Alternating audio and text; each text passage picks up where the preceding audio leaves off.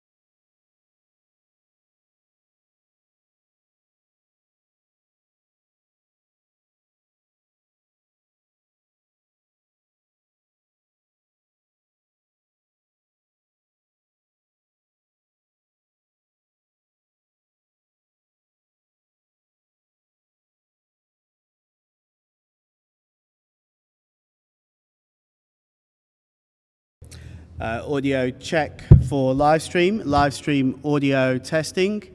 Live stream audio test. Live stream audio test. Live stream audio test. Live stream audio test. Live stream audio test. Live stream audio test. Live stream audio test. Live stream audio test. Live stream audio test.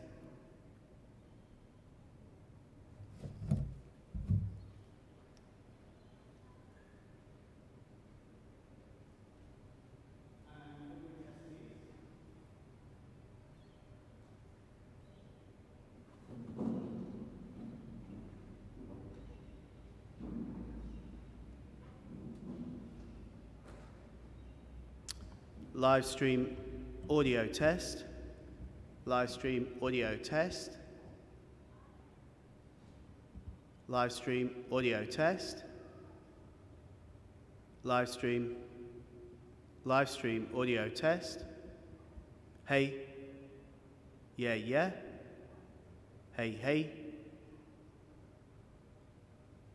Hey, hey.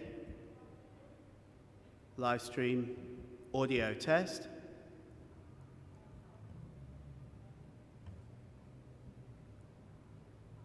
Live stream audio test.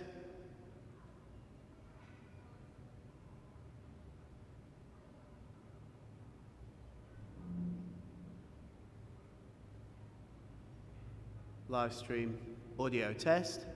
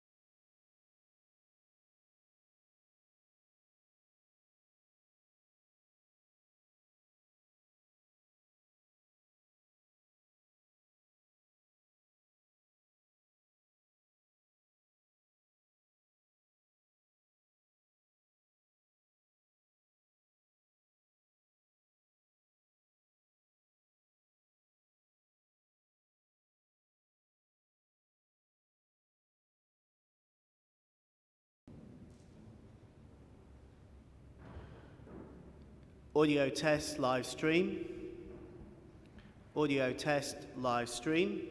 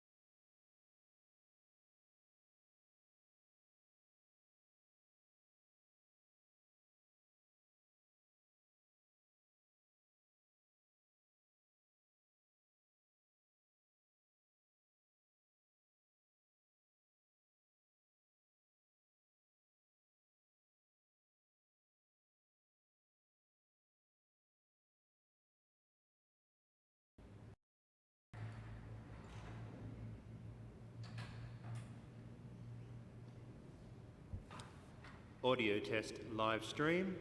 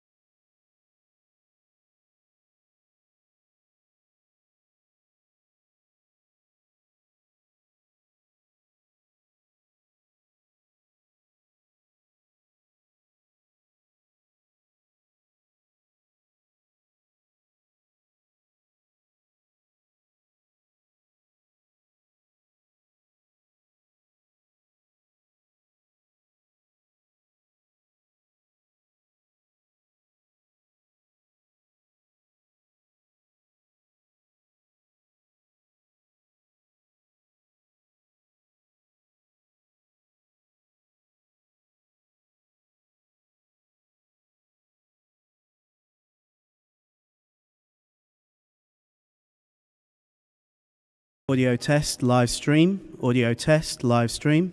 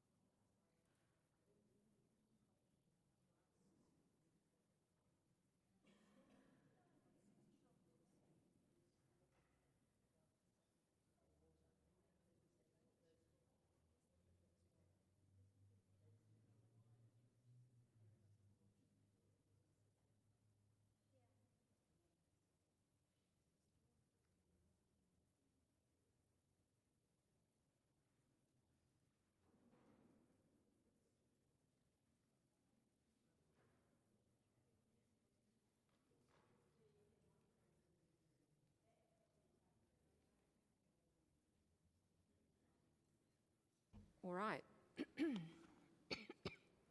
No, it's just a little nervous cough. So we have a quorum, 1, 2, 3, 4, 5, 6, 7, 2, 4, 5, 6, 7, 8. We have a quorum. So we can proceed with the council meeting. Members of the gallery are advised that this meeting is streamed live via the internet. Is it still? Yes, it's being streamed live even though we're on a basketball court.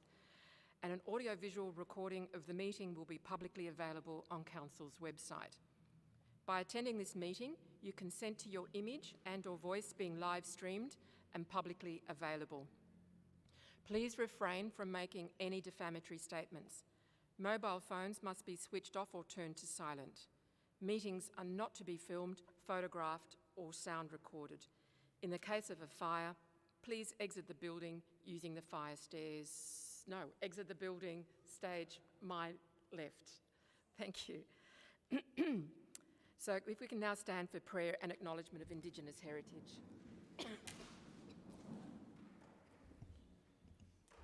God, we pray for wisdom to govern with justice and equity, that we may see clearly and speak the truth, and that we work together in harmony and mutual respect.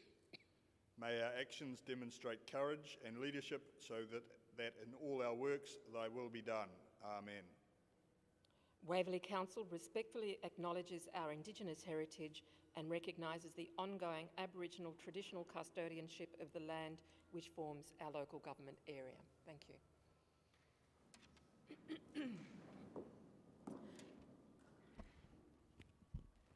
So, first of all, if I can welcome everyone to our socially distanced council meeting, and welcome the gallery tonight to our fabulous facility at the Margaret Whitlam Centre. So, apologies or leaves of absence. Councillor Goldsmith. Yes, we have an apology from Councillor Tony Kay and Councillor Sally Betts, who are actually taking precautionary measures. Thank you, that's totally understandable. Thank you for that. Any other? Apologies from Councillor Keenan. Thank you. No other apologies? No? Okay. Declarations of pecuniary and excuse me. Sorry, I've just got a little thing caught in my throat. I'm not sick. Declarations of pecuniary and non-pecuniary interest. None? Okay.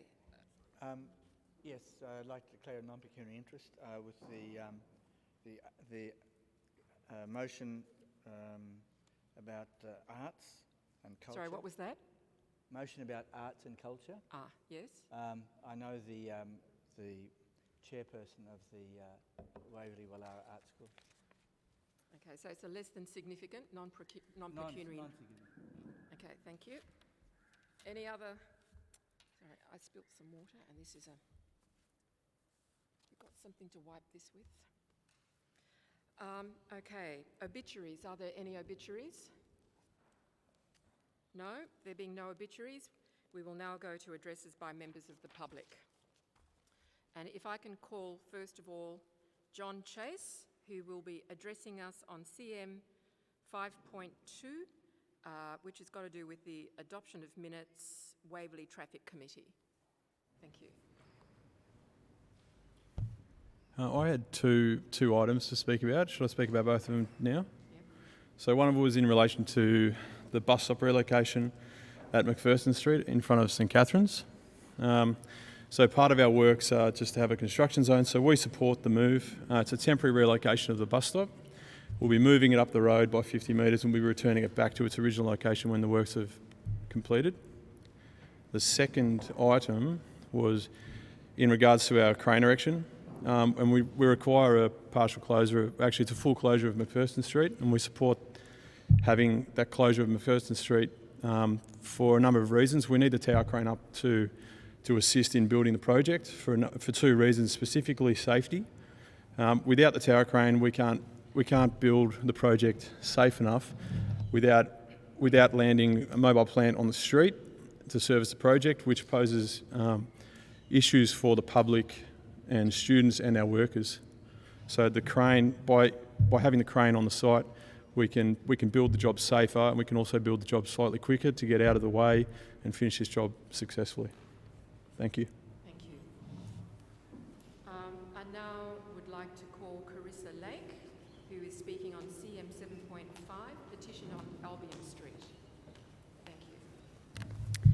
Good evening, members of the council and residents of Waverly. My name's Carissa Lake and I'm the Cupcake Princess, the owner of the Cupcake Princess, located at 48A Albion Street. I've requested 30-minute time parking outside of my shop between the dwellings of 48 and 52 Albion Street. I noted the council proposed a 1-hour timing parked. However, this availability of parking needed is a 30-minute installation as requested in my petition. My business has been affected by people, primarily the students, teachers, administration workers, and the construction workers at the school over the last 18 months. I've politely asked the school's head of community relations to work with me on finding a solution. However, I'm laughed at and told nothing can be done. I've left polite notes on people's cars asking them to be more considerate of my business as they park there all day and take away from my profits, only to be met with abuse by these people. Having no parking for my customers is extremely frustrating.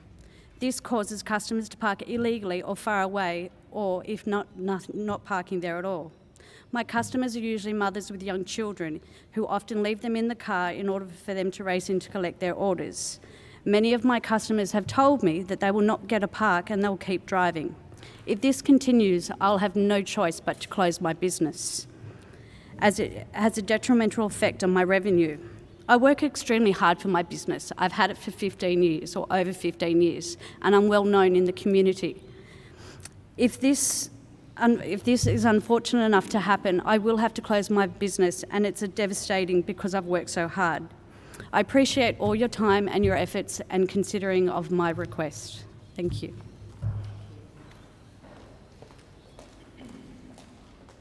Now, we've got an email that was sent to all the councillors about the 40-kilometre speed limit, the CM 8.1. I won't read it out because we've all seen it, but you're aware of that. Madam Mayor, can I, the person who sent it did actually make a request to speak. He did request the Mayor or nominee read his letter out, which I wish to be done. Well, that is my, thank you, councillor, but it's my discretion. We've all read it. I move a procedural motion that the Mayor or one of our councillors will read that. Or the General Manager. Or the General Manager. I second So I formally move a procedural motion. that. And I second that. No, it's not. So we'll continue on. So can I now Madam ask Mayor, the crew councillor? Madam Mayor, the precinct convener sent the letter through. The members of the gallery have not heard the contents of the letter, and also the people in the public who are listening to the video have not heard the contents of the letter. The person who was meant to be here to speak is not here because of the risk of virus. He wrote that in the letter. I think it's important that the letter is read in this context. Thank you.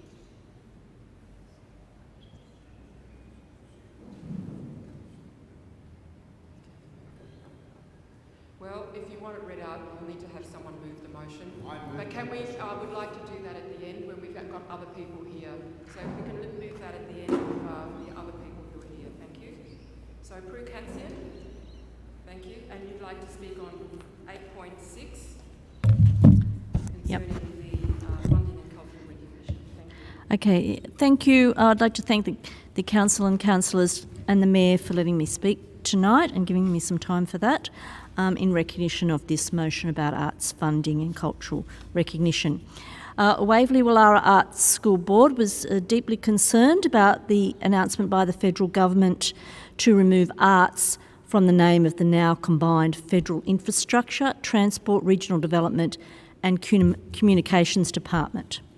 We agreed unanimously to write to our local representatives on the issue and have had mostly supportive responses from across the political spectrum. So we wrote to state members, local councillors and federal members as well. We strongly believe that the support of the arts and community arts in particular including by funding, is the role of governments at all levels.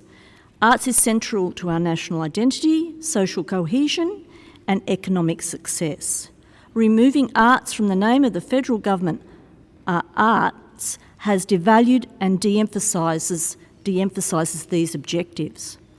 The arts industry also is not an insignificant industry financially. According to the federal government's own figures, published by the then Bureau of Communications and Arts, the total for cultural and creative activity in 2016-17 was $111,017 billion. And as a proportion of GDP, it was 6.4%. So it's a significant industry that should be represented in a department name. Some political leaders have said that overall funding has increased, but spending vast amounts on museums, for example, the National War Memorial Museum, does not make up for cuts to arts and artists.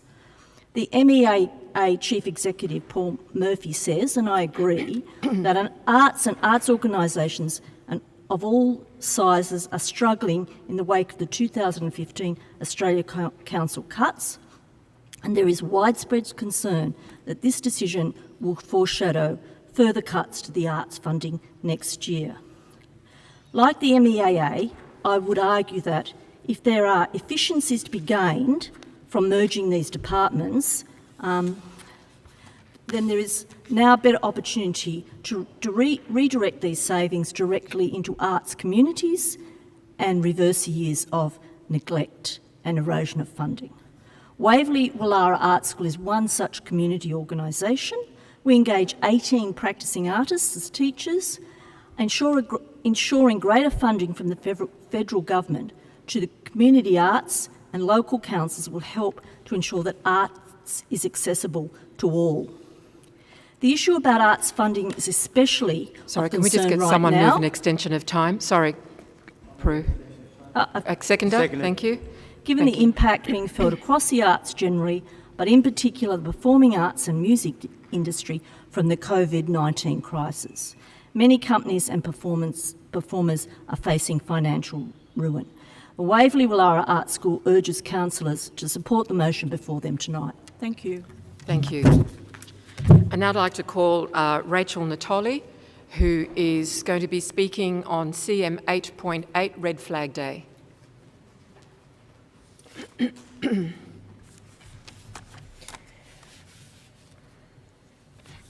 Good evening, Madam Mayor and councillors. Thank you for allowing me to come and speak this evening. My name is Rachel Natoli and I'm the founder and CEO of the Lakai Foundation. Lakai is a domestic abuse charity that I started after leaving a long-term abusive relationship, and it's based right here in the eastern suburbs of Sydney. Currently, at least one woman is killed every week in Australia due to domestic and family abuse, and 1 in 4 women experience at least one form of domestic abuse during their lifetime. This is simply unacceptable. This year, our aim is to raise awareness of domestic abuse in its many forms through Red Flag Day. Domestic abuse does not discriminate, regardless of your gender, your sexuality, your religion, or your socio-economic background, but it can look very different in different areas. In the most affluent areas, we tend to observe much more emotional and financial abuse as a means of control and manipulation. And there are early signs of these types of behaviours, which are known as red flags. The aim of Red Flag Day is to educate not only about how domestic abuse can occur in many ways, but what those red flags may look like to help warn victims and educate the whole community.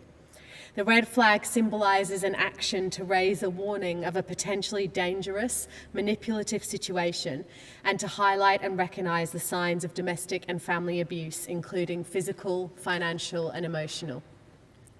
November the 25th is the International Day for the Elimination of Violence Against Women, but it also marks the 16 Days of Activism, an international campaign coordinated by the Centre for Women's Global Leadership to raise awareness of gender-based violence. The 16 days ends on December the 10th, which is Human Rights Day, and during these 16 days, there are a number of important events in and around Sydney to mark the period. We propose to host Red Flag Day during the 16 days of activism on Friday the 4th of December.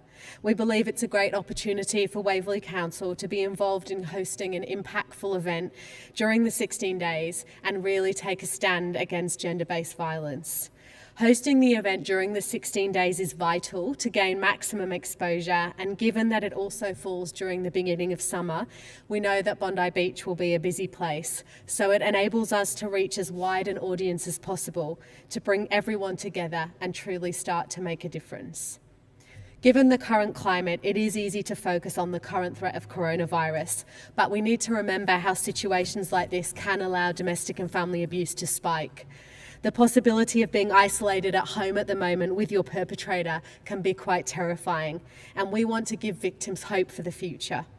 Being aware of the red flags, the signs of being in an abusive relationship, can help empower a victim to leave the abuse. And we believe that Red Flag Day will not only empower victims, but empower the community to recognise the signs and offer support to their friends and their neighbours. Thank you.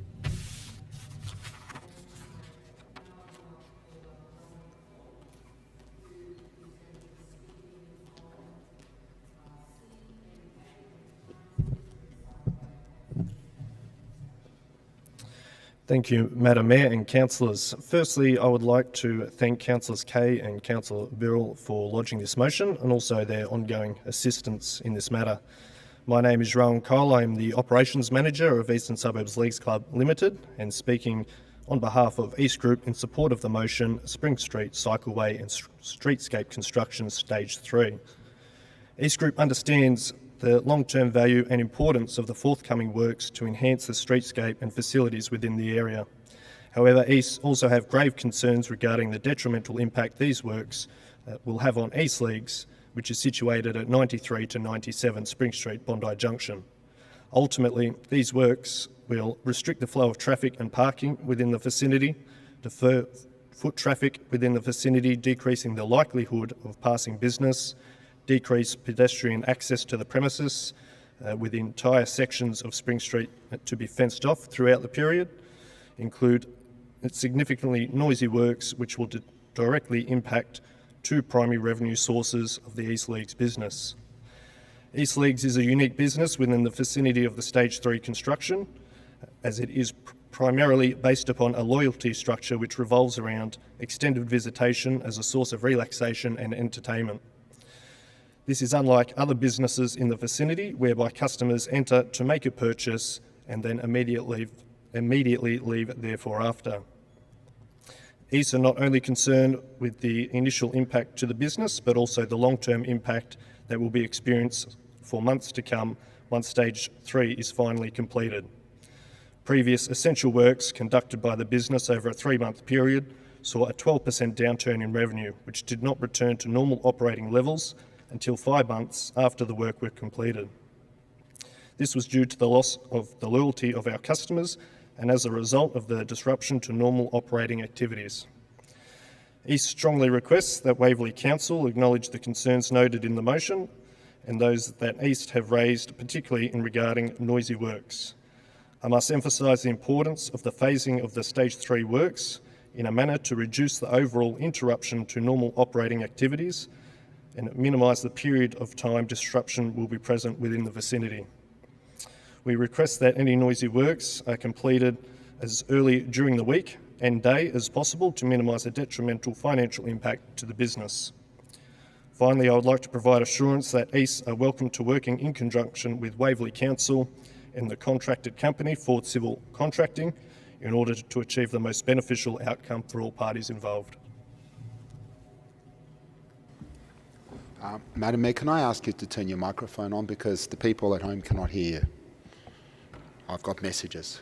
Residents, no, I'm just saying when you're speaking, they can't hear you. Well, I have had it on. I turned it off so I could actually hear the people, so thank you. I was going to turn it back on just now. Sure. Okay, and now that I'm on my feet, can I move a motion that we, that you read the letter from the resident? Yes, do you have a seconder? Yes, I'm happy to second. All right, you want to speak to them? The problem with that motion is it's out of order. Part 4 of the Code of Meeting Conduct provide for addresses by members of the public. Sorry, could you speak into your microphone? It's hard. There's a real Part echo here. 4 of the Thank you. Code of Meeting Practice deals with addresses by members of the public. If the fellow councillors wish to have an email read, what we would need to do then is suspend the order of business to allow the reading of an email, because it's not forming part of the business of tonight's meeting. You can't simply just put up a motion and say, let's read an email. It's not provided for in Part 4. It's not part of the order of business. If my friends want to do that, the motion should be that the order of business be suspended so as to allow the Mayor to read an email. Whether that's done now or in general business is a matter for you, Madam Mayor. Can I get... Madam Mayor, I was just but one you moment. yourself Just said it's one your moment, discretion. please. One moment, please. Can I get some advice on that, please? Through you, Madam Mayor, I think it is in the hands of the Chair to decide whether they will read out a submission that came in through the system to actually be part of the public addresses by the public. So I think it's within the Chair's discretion to choose to have it read out. You wanted to say something? Going to pretty much confirm what the governance said. As you said, it's your discretion. Yeah, and since we have, as councillors, received the email, and this is about the business of council, I don't particularly want to spend any more time reading it out, because Madam there will Mayor, be a debate. I'd like to move it formally. I would like to move it formally because this is part of a rescission. This is really important. Well, perhaps you can read it. These people couldn't be here because of their fear of coronavirus. They've stated that. And we could have already read the email 5 times over. Now, what are you hiding, Madam Mayor? People want to hear what other people have said. With respect, you're out of order now, Councillor Goldsman. I will not be This is a spoken to like representation that. of a precinct meeting, Madam Mayor. If you don't read it, you're not being very transparent. This is I am fighting for the residents, and if you want to kick me out, then do so. Please sit down. This is not regular. We don't normally read out emails. So can I now continue, please? So if we can now go to agenda item 5.1, which is the confirmation of minutes. I move that the minutes be accepted. Seconder, Councillor Copeland. Any submissions? Madam All those Mayor? in favour? Madam Mayor, I Yes. just wanted to raise a point. At the end of our previous meeting... Sorry, I can't hear you, Councillor Kanak. Oh, at the end of our previous meeting, could I just check whether or not we adjourned or we just put by another method the motions that are on the agenda tonight to be heard from our previous meeting? I understood that those motions were to be carried forward to this meeting. That's correct? Yes. So we're now in the process of wanting to take a vote on CM 5.1. All those in favour? Any against? Carried unanimously. Thank you. Madam Mayor, can I move a standing order? As per Councillor Lewis's suggestion, I'd like to move a standing order so that you could please read the letter so the residents at home who are waiting up to hear this can actually hear what the precinct has to say. So I'd like to move a standing order, and I hope that to suspend standing order so we can read what the residents want this council to hear. Do you have a seconder? Absolutely. Thank you. Okay. Can I speak to it, please? Yes, you may. Madam Mayor, we're talking about openness and transparency. These are people who are concerned about their health. This is not like any other council meeting. We are in a basketball court that's freezing. People can't come here. We don't have 2 councillors who are 3 councillors, 4 councillors who aren't here. And I can tell you that 2 of those people I know for sure are worried to get sick. We've got residents. Do we not care about their well-being? And you want to turn around and this is your discretion. This is so important, Madam Mayor. This is part of a rescission. This is part of a Waverly changing motion that residents believe they haven't already been consulted with, and now they can't even hear what the other fellow residents want to say. Please, Madam Mayor, I'm pleading with you, I'm urging you, I don't care what you do, but this is for the residents, the ones who voted us in and expect us to represent their needs. And that is what I'm doing. And I'm not going to apologise for raising my voice either. Councillor Burrell is seconder. Would you like to speak? I reserve my right. Thank you. Any speakers against? Councillor Burrell? As Councillor Goldsman said, this is a letter from the Bronte precinct. Now, I actually could read it out while I'm speaking to this item, if you like, because that actually resolves the issue. So how about I do that? I'll just have to find it, I'm afraid. That's not normal. No, that's not. It's not silly, because the public, including the gallery and those who are watching this evening, have not seen this letter. They do not know what the contents of it are. We are in an extraordinary situation right now. As Councillor Goldsman said, we are sitting in social isolation. I technically should not be here because I have a young child. I have come specially tonight to move the items on the paper that I'm moving. One of them is this item of the rescission. The gentleman who wrote the letter is the convener of the Bronte precinct, who asked specifically, he contacted governance and arranged to speak. He sent the letter to the mayor and said, could you please read this out on my behalf, because I do not wish to come to the meeting and put myself and my family at risk of contracting this virus.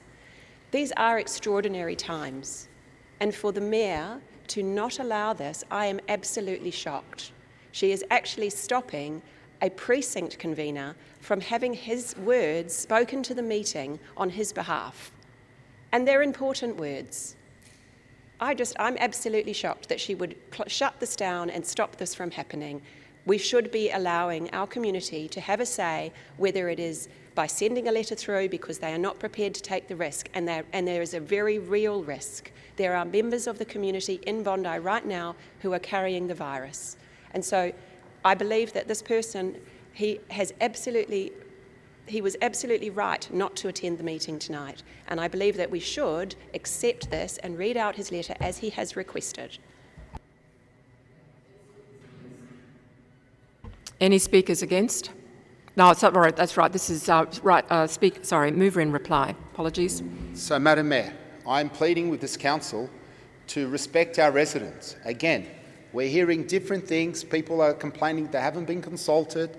The information hasn't reached them. They were shocked that meetings are even going ahead without them knowing. And yet, with respect, can you please speak to the motion, please? Madam Mayor, and then this letter is just another chance for our residents to have a chance to express themselves. If we are that open and transparent as this council believes or says and claims to be, then you should read that letter out, Madam Mayor, as the resident has requested. You or one of the people or the General Manager. I think it should come from you, Madam Mayor. I'll put it to a vote. All those in favour? Okay. All those in favour? So Nemish, Goldsman, Burrell, Copeland, Lewis, this is O'Neill, all those against. I gather Councillor Kanak, you're against? You didn't put your hand up for 4? Is anyone else against?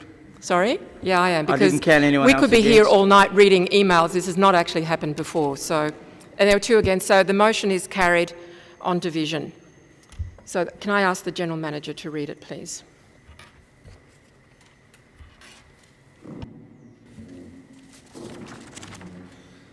It's a letter from the traffic representative of the Bronte precinct. Dear Mayor and Councillors, owing to the current coronavirus issue, I wish to minimise the risk of my exposure by avoiding public gatherings. I would like to address Council meeting on Tuesday 17 March 2020 on the matter of the rescission motion. 40-kilometre speed limit changes. May I please request that the Mayor or her nominee read my submission to the meeting. As follows, thank you for the opportunity to speak on behalf of the Bronte precinct at tonight's council meeting to explain the precinct's reasons for supporting the rescission motion. Bronte precinct is opposed to the introduction of a blanket 40-kilometre/hour speed limit in Waverly and to the installation of traffic calming measures. The precinct supports the rescission motion for Council to perform further community consultation, including each precinct, to ensure that a proper representation of the community understands all the pros and cons of the proposal and can thereby make a well-informed decision. The view of the precinct is that the proposed speed limit is too broad-based. Not all streets are the same and not all streets have the same needs. Has this proposal been based on statistical evidence to show that the current 50-kilometre speed limit is causing a problem? If implemented, the 40-kilometre speed limit should only be applied to streets that are purely residential, although this will make little difference because it is already not practicable to drive any faster in them. The precinct noted that there are several main roads such as Birrell Street, Murray Street and McPherson Street where the 40-kilometre/hour limit will severely affect traffic flow and potentially affect bus timetables. For example, vehicles travelling both east and west in Birrell Street from the intersection with Carrington Road face a long and continuous downhill grade. It is extremely difficult for cars to keep below 40 km/h unless the driver brakes all the way or engages a lower gear. If speed limits are actively policed, regular users of Birrell Street are likely to accrue many fines and points against their licences, even though their intention was not to speed. The precinct also noted the illogicality of Transport for New South Wales. If a reduced speed limit is needed for safety reasons in streets maintained by Waverly Council, why is this not the case for streets like Bondi Road, Carrington Road that are controlled by Transport for New South Wales? Traffic calming devices will further severely limit the traffic flow on the main roads such as Birrell Street, and in residential streets will cause noise, vibration and disturbance for residents. The precinct also queries how the effectiveness of this proposal, if implemented, will be evaluated. Good public policy should state up front how and when it will be evaluated and how the results of such evaluation will be acted upon. Finally, Bronte Precinct wants it to be noted that it has never been consulted by Waverley Council on this matter, nor has it been asked for its views, even though I understand that it was Council's intention to do so. Grant Beard, Traffic Representative, Bronte Precinct. Thank you. Okay, we now turn to item 5.2, the adoption of the minutes. Can we have, I'll move those. Can we have a seconder? I'll second. Thank you, Councillor Lewis. Save and accepts. Yes, I have a couple. I would like to save and accept TCC.02, which is McPherson Street, Thomas Street, Bronte intersection upgrade, and TCC.07, which is the McPherson Street, Bronte temporary road closures for tower crane installation. So for TCC 0.6, I would like to just amend the motion, the clause point 1, to include after crossing. I think you put the bulk of them first. Oh, sorry. And then come back to the Sorry, apologies. Just out of. So I've got to put. So we've saved that. We've saved and accepted those. Can I actually put the rest of the minutes to the vote? All those in favour? Aye. Any against? Carried. Now I'll deal with the save and accepts. Thank you. So with TCC.06, I would like to actually add. Sorry, Madam Mayor, you saved and accepted 02 and 07. No, it was 06 and 07. Okay. Point of order, Madam Mayor. I think procedurally you've got to move the minutes first. We have. Oh, you did. Oh, you did. We Okay, did. sorry. We just voted. So we're now going to the save and accepts. Improve street lighting, so it's point 1. Excuse me, point of order, Madam Mayor. The items that you actually moved to save and accept were C.02 and C.07. No. I said C06. That's what I No, you said C.02 and C.07. Well, I stand corrected. Madam Mayor, unfortunately, we have already voted on all of the items. So you can't change the numbers because you got the number wrong. I'm sorry. No, I actually said 06. Sorry. You didn't. We have a point of order. We have a point of order. Point of order. This is No, just I'm totally doing a out point of order. actually. I have a point of order, I please. am doing the point of order, Madam Mayor, to say that you cannot change it from point 2 to point 6. I said point 0.6. It was a transcription error. The general error. manager pointed out that you Can said you please point stop 2. arguing with the chair? I was very clear. I said point 6 and point 7. If there was a transcription error, it's now clarified. Now, there was another point of order I'm here still as on a well. point of order. Madam Mayor, unfortunately, you did not say point 6, you said point 2, and we have already voted for all of the other items on the paper now. So we cannot said change 0.6. it from point 2 to Madam point Mayor, 6. can we seek clarification from governance, please? Well, Please, I know what I through said. Please, Madam Mayor, point of... Well, I'm pretty sure I said point 6. Sorry? I thought I corrected myself and said point 6 and then point 7. Sorry? So how do we do this then? Madam Mayor, can I just point out, because this might be a solution, that I recall at the last meeting, Councillor Goldsman was busy on his phone and forgot to vote, and a vote was taken, and he asked the chair and I to redo the vote. To allow... Point of order, just no, I to did allow not. No, Councillor that point of order, I did not Please ask to sit redo down. the vote. Mr. Gold- I said record my Councillor vote as a negative. Councillor Goldsman, please. So, to resolve the problem, if Councillor Burrell believes her memory is better than all of ours, we simply, by agreement, have the vote again so it can be corrected, just like we had the vote again to allow Councillor Goldsman to have his vote when he missed it out because he was on the phone. Madam Mayor, point of order. This is a totally different circumstance. This is a totally different circumstance. We voted That's for not this. a point of order, Councillor No, Madam Goldsman. Mayor, I want to seek clarifications through the Excuse General me, Manager, please. Please, I'm in the process of doing that because I was very clear. Yes, we have a suggestion. Yes, different rules apply to you. Please, no talking across.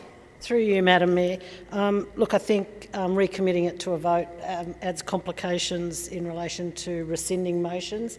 I'd like to just suggest to the meeting that the meeting may consider that the name of the item take precedent over the number of the item that was proposed, because the name of the item was very clear. Yep. On both items, and I think it would be up to the meeting to accept that the name takes precedent over the number.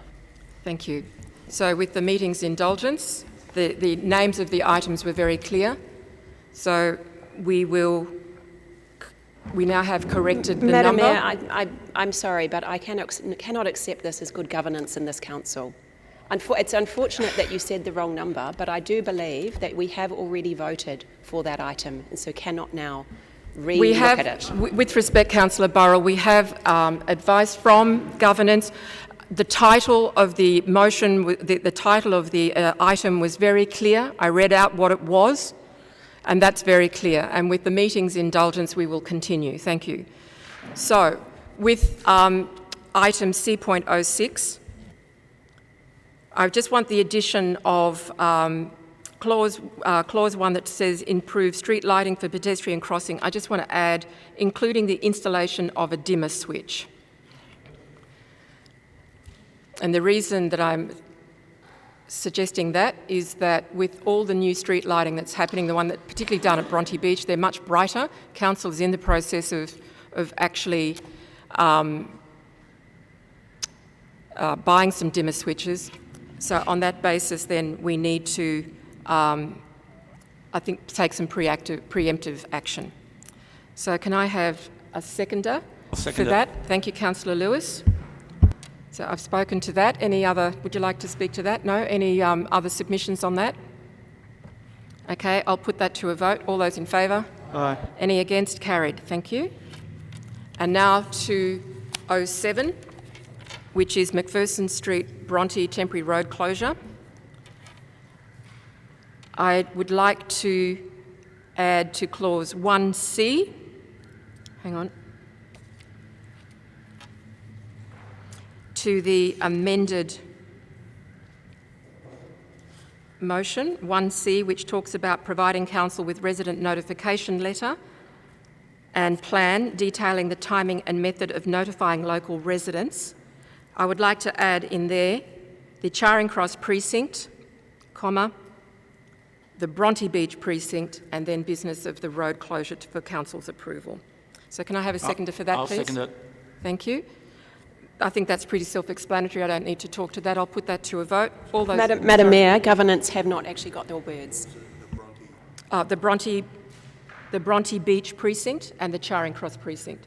Sorry, it's fairly hard to hear. It's very echoey, so apologies for that.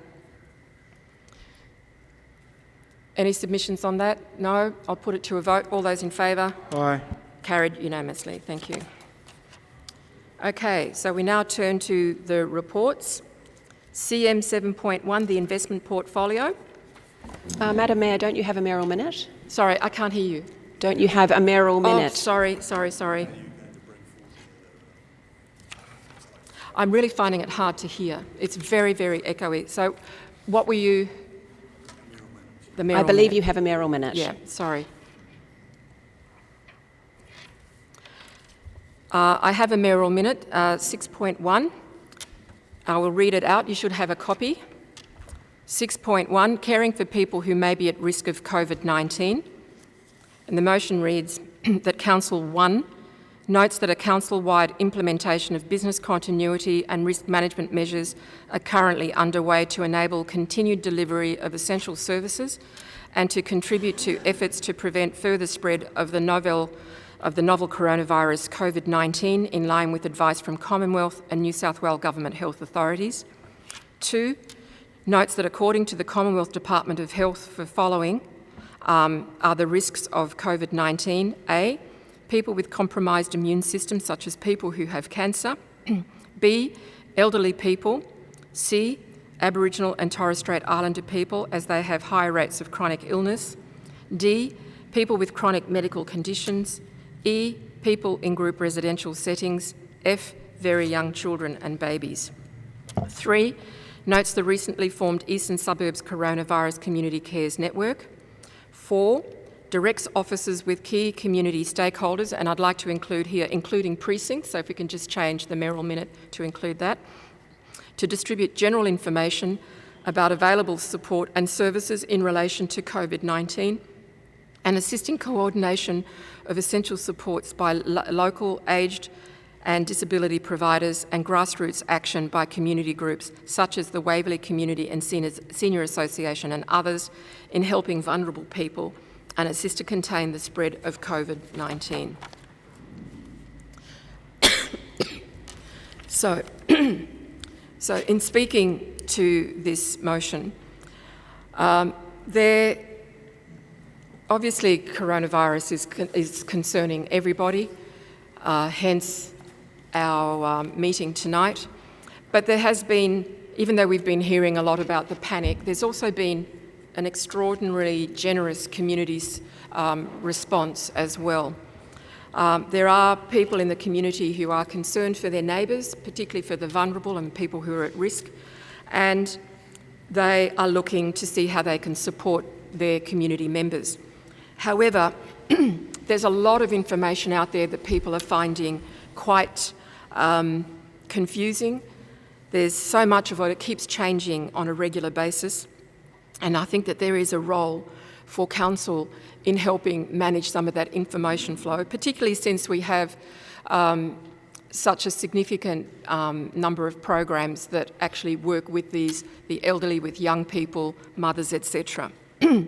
So this mayoral minute is really about being a clearinghouse for information. We already have information on our website, and I know that some other councils are now issuing bulletins to their residents. I know that Randwick has just done that tonight. But it is also helping coordinate some of these activities, because the last thing we want is all these community groups sort of falling all over each other. So there's an opportunity, I think, for Council just to play a bit of a coordination role and to play an information sort of clearinghouse role as well.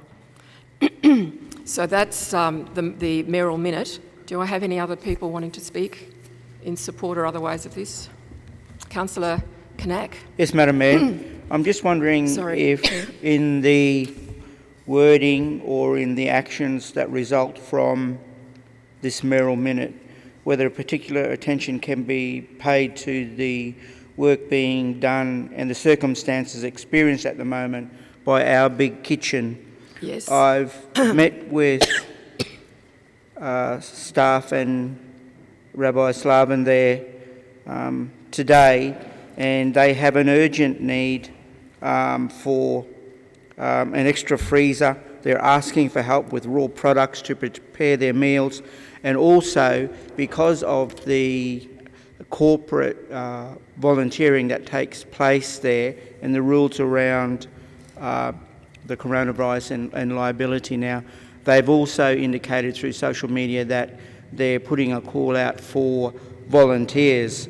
So I'm just wondering whether or not there needs to be a formal amendment to the Merrill Minute, or if in the actions that will result, Council can take into consideration the work being done by Our Big Kitchen and their needs under these trying circumstances, and with our networks of the Chamber of Commerce and the other community groups that we work with, and through our own caterers and their networks that supply the Council with meals and food, whether or not we're able to assist Our Big Kitchen and what they're trying to accomplish under these trying circumstances as well. So perhaps, Councillor Knack, we can acknowledge them in clause 4, so that we talk about grassroots action by community groups such as the Waverly Community and Seniors Association. We could say, comma there, Our Big Kitchen and others, and then in terms of the I would actions, support such an would amendment. you be happy with that? Yes, I'd support that amendment. Okay, thank you. So I will accept that amendment, and then we can then look at how Council can support them. Okay. Any other submissions? No? I'll put it to a vote. All those in favour? Aye. Any against? Carried unanimously. Thank you. Sorry, we now go to reports. I apologise. I'm actually really tired. I haven't had a lot of sleep, so please bear with me. Madam Mayor, can I bring forward some items, please? Yeah. I'd like to bring forward item CM 7.5, CM 8.1, CM 8.6, CM 8.8 and CM 8.9, please. I'll second that, please. We actually, if I could just for a minute, we actually have a number of items that have been laid over for 3 months now. So with your forbearance, can we maybe Madam bring Mayor, these forward after those 4? I beg your pardon, Madam Mayor, but I have actually moved a procedural motion, and I would request that we do deal with these items while the members of the public are waiting in the gallery. No, I understand that, Councillor Because Burrell. even though those items have been taken 3 months, there is no one in the gallery waiting for those items. That's not the point. The point is that we've actually had these items that have been laid over for 3 months, and all I'm asking... Just one moment, please. I'm the chair and I'm talking. Thank you. I'm just suggesting that if we can bring these forward after we've actually heard those other 4, or else we've got someone who can bring those forward, Madam Mayor, those 4 items I have forward. actually moved a procedural motion, And I second it. believe that it should be Sorry, I can't voted hear on. what you're saying. I believe my procedural motion should be voted on, Madam Mayor. I'm asking for your forbearance. That's all I'm not asking withdrawing for. it, because I don't believe that we should be making residents wait for items that are 3 months old. Those items could be brought forward after the ones where the speakers, Madam Mayor. And as a seconder, All right, thank you. Well, as a seconder, I'd like to speak to that. well, just one moment, please. I haven't actually called for a seconder yet, so please don't run the meeting for me. Thank you. Just helping, Madam Mayor. Now, a seconder. I asked for some forbearance. That's not the case. I will now call for a seconder. Speaking as a seconder, we've always allowed items that have a speaker to be moved forward. Always. I can't recall a time ever in my time on council where we didn't allow that. These are special occasions. Excuse me, Councillor Lewis. Never just been a let time. the seconder speak. It just so happens, I believe, that because there's an item on there that you want to delay as long as possible. I believe that because we've seen that earlier, reading out. Excuse me, Councillor Goldsman, please don't For the make sake those of sorts openness and conjectures. transparency, Madam Mayor, I would like to see the same criteria applied to all the items, not just that are convenient in this particular case. So we've waited 3 months. Thank you, Councillor Goldsman. What's another 20 minutes, hour, whatever long it's going to take. There's no speakers forum anyway, so we may as well deal with the ones we have the speakers for. It's polite. Thank you, it's Councillor respectful. Goldsman. Thank you. Do we have speakers against? Councillor Lewis, you were going to say something? Doesn't matter. Nothing against the motion, only comment on Councillor Goldsman's address, but I'll leave that for later. All right. Well, since it's a procedural motion, I'll put the motion. All those in favour of bringing those forward? Division. All those in favour of bringing those forward? Councillor Nemish, Goldsman, Burrell, Wykenak, Copeland, Lewis, O'Neill and Marcellus. We'll bring them forward, but I'm not particularly happy. I would have preferred that we deal with those 4 items that have now been, 3 months, which is pretty outrageous.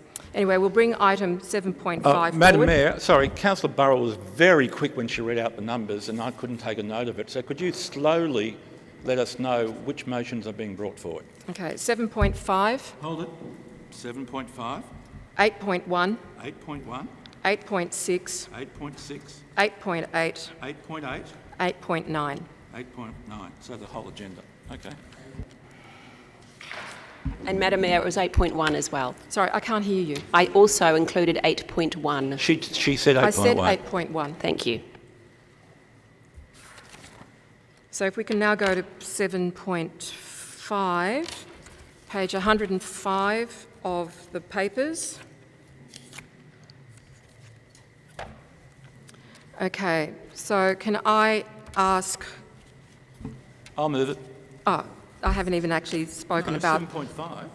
7.5 is the petition Albion Street, Waverly, time parking restrictions. Mover? I'll move it. Councillor Lewis, seconder? Yeah, I'll second it. Councillor O'Neill?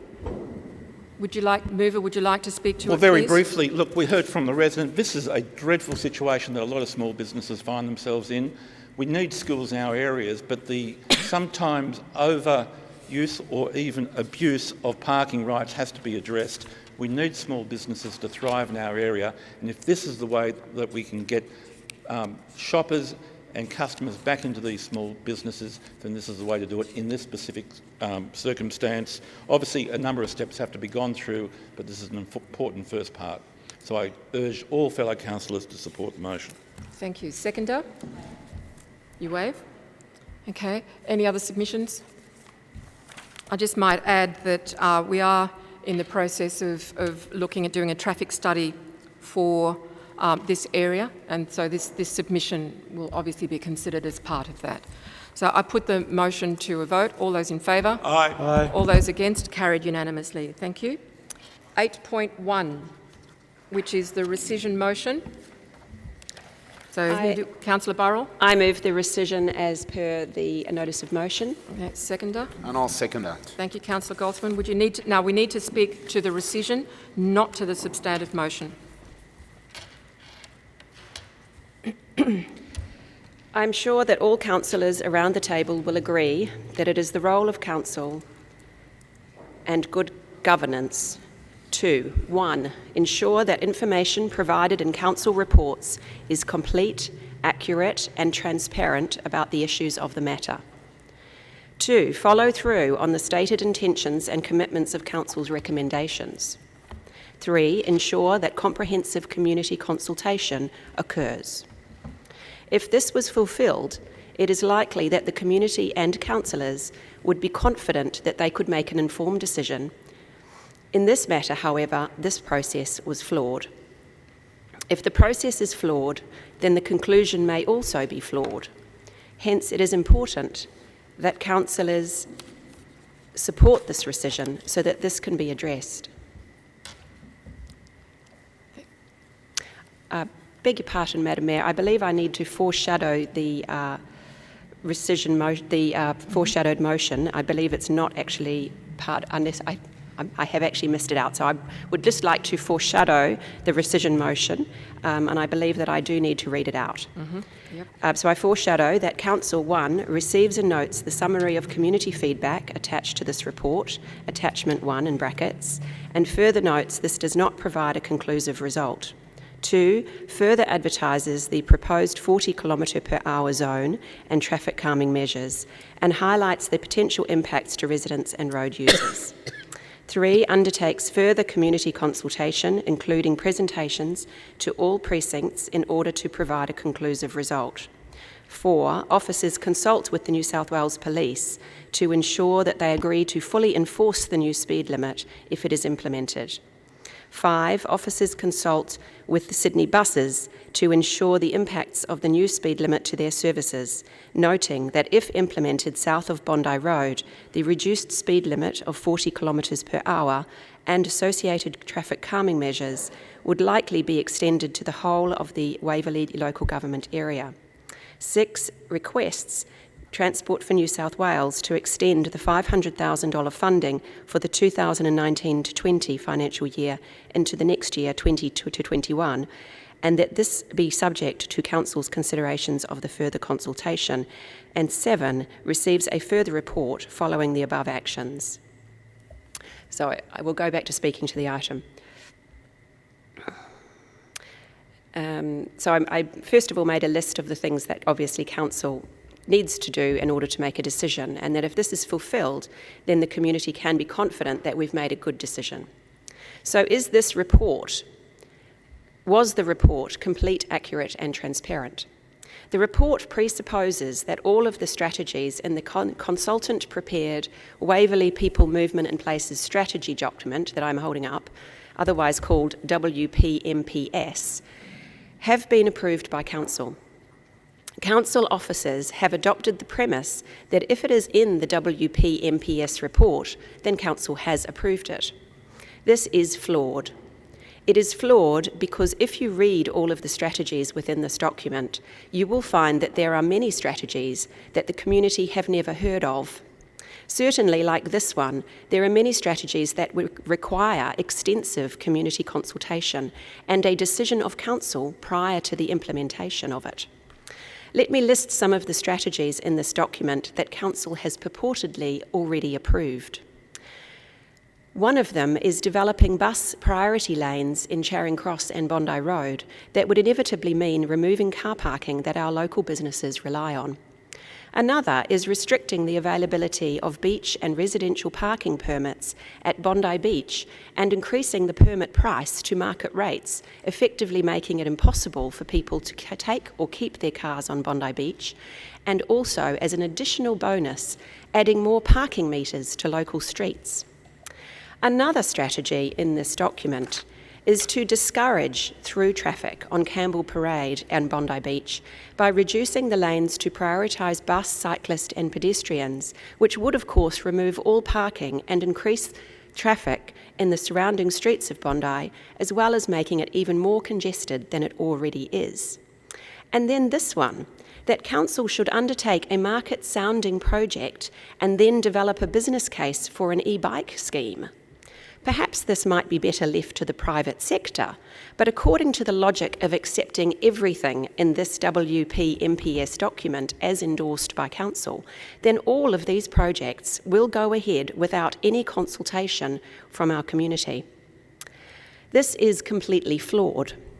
The strategy to reduce speeds in Waverley to 40 kilometres per hour has not been approved by Council. The report that was put to us and previously voted on was incomplete. We did not receive any accident history for any of the area that we were looking at, or to find out whether any of the accidents were caused by speeding vehicles. Council has also not fulfilled its obligation to be accurate and transparent with the community on this report. Travel time increases for a blanket 40-kilometre speed limit were originally calculated and advertised as 15%. This was incorrect, as confirmed by Sharon Cassidy at the last council meeting. The meeting where this item was voted upon. This was incorrect, whereas the actual increases are up to 25%.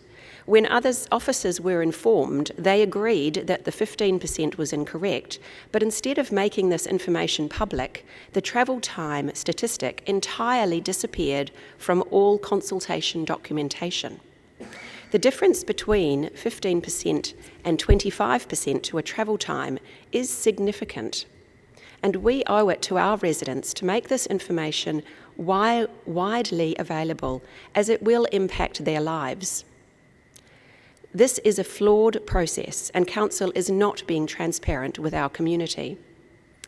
Have we followed through on the stated intentions and commitments of Council's recommendations? We have not. We have not consulted with everyone that Council intended to consult in the recommendation.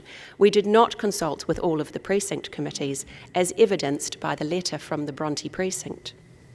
As you can see, have we ensured that comprehensive community and consultation has occurred? As I've just stated, we didn't consult with the precinct committees individually, we didn't provide accurate information about the increase in travel times, and clearly, based on the poor results of the consultation, we have not ensured that adequate consultation has occurred.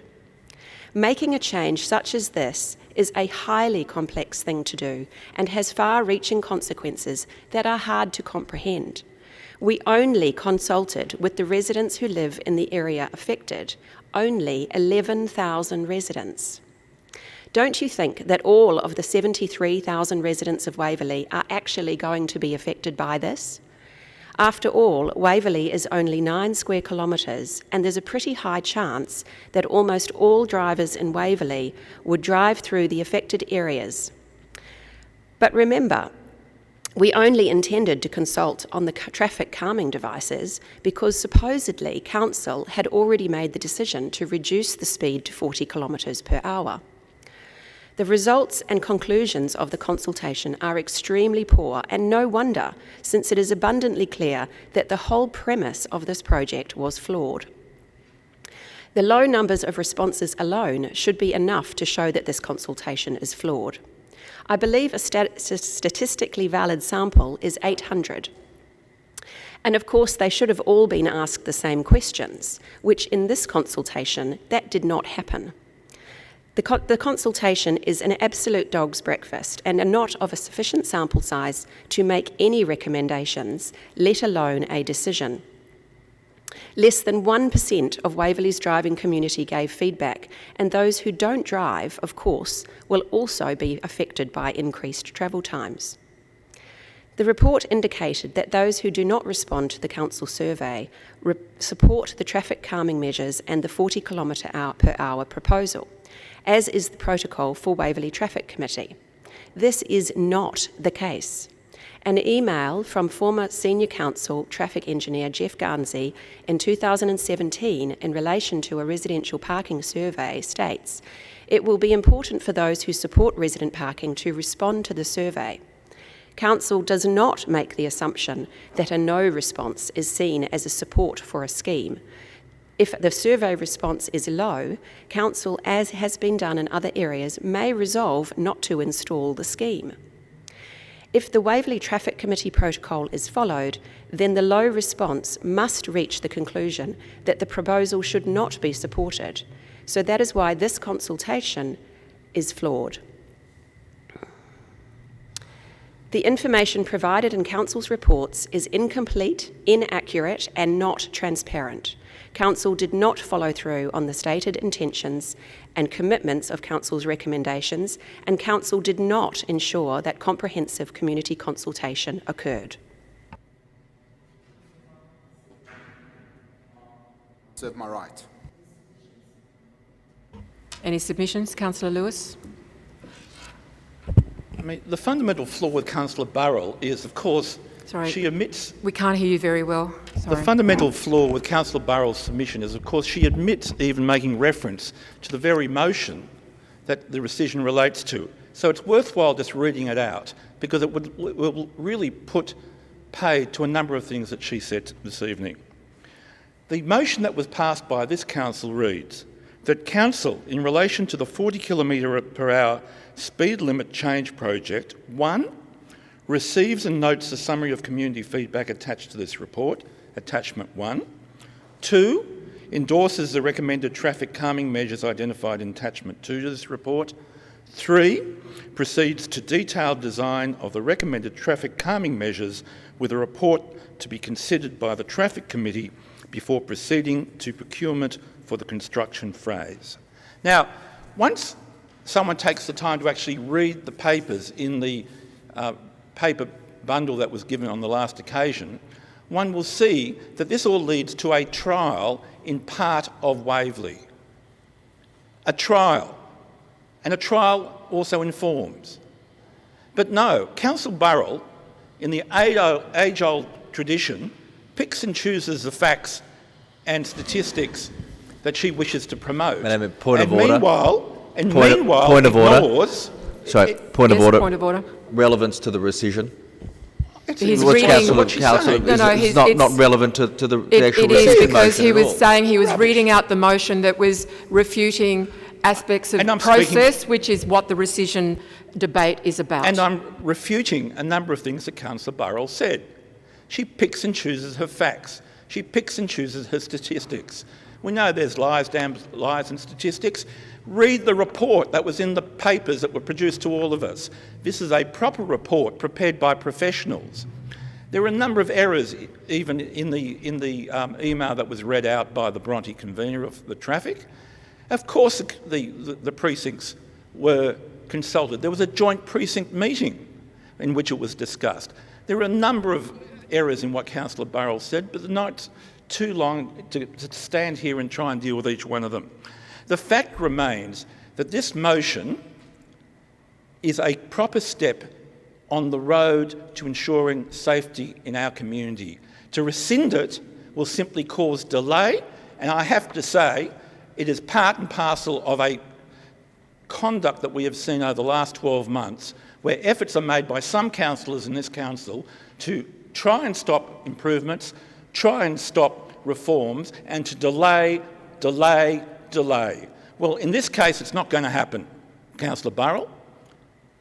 Your rescission motion will fail for the simple reason that this is this council trying to do something for public safety to look after our community and do it in a proper and constructive way.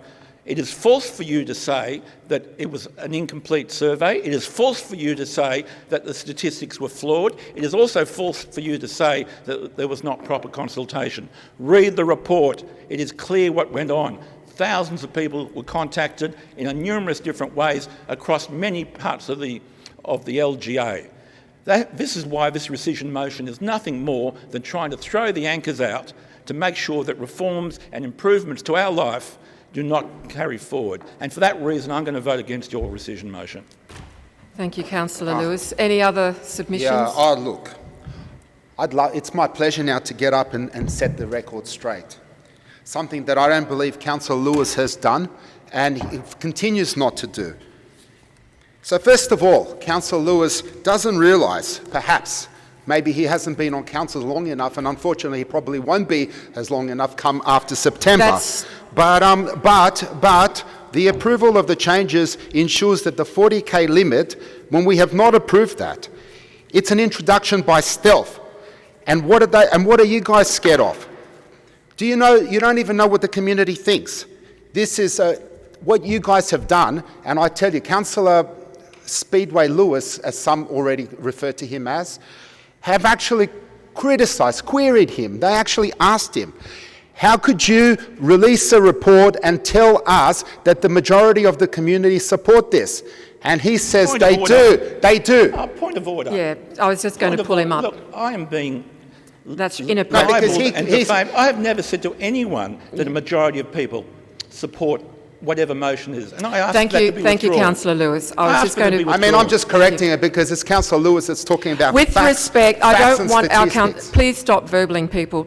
Just proceed with your debate, and I don't want aspersions against other councillors. The information that our residents supposedly received, the ones that did receive, information was omitted. It wasn't the complete picture, it wasn't the exact facts. It was misleading. People, we've just heard today that these are just a trial, this is a scaremongering, but it's not. Putting these speed calming devices come at a huge cost, and these costs are going to be borne by the brunt of the residents. Sorry, you need to speak to the rescission, please, not to the substantive motion. Well, compared to... hang on. Councillor Lewis just did it, so I think I should have the same rights as your fellow councillors.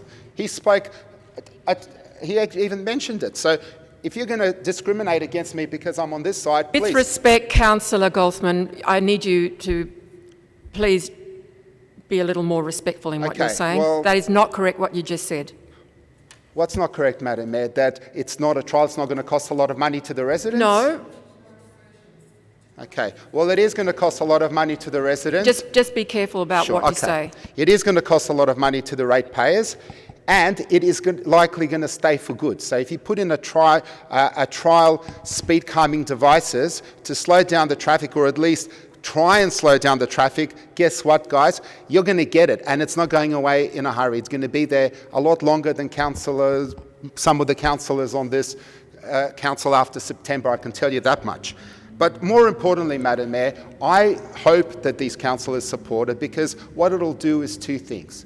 If you support this, it'll show that you guys have rushed into something, perhaps even the hypocrisy by saying, we don't want light rail, we want to stop trains coming down. Well, I don't know if you saw the report at the back, page 2 of the report. Please keep to the subject. This is not to do with light rail. No, but please, it does. this is about the rescission. Please speak to the rescission. It's investigating with Transport for New South Wales in looking at ways to most likely get light rail in there. And it actually says so, Madam Mayor. So you say one thing, but then you voted for something completely different. I'm trying to save you some embarrassment here. So honestly, I think that we as council should just support this rescission, do it properly, take it to the residents, do it again. You made a mistake, Madam Mayor, with the voting, and I'm just using that as an example. And I think you've made the same mistake here. Councillor Goldsman, just stay on the topic, please. Okay, then, Madam Mayor, I'm trying to save this council further humiliation and embarrassment. We've made a mistake. We've gone out there with a half-baked community consultation.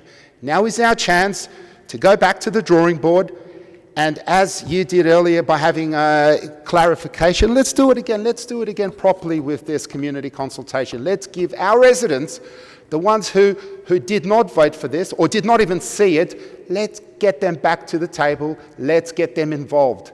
I'm not going to support anything that's done by stealth. And this will bite this council.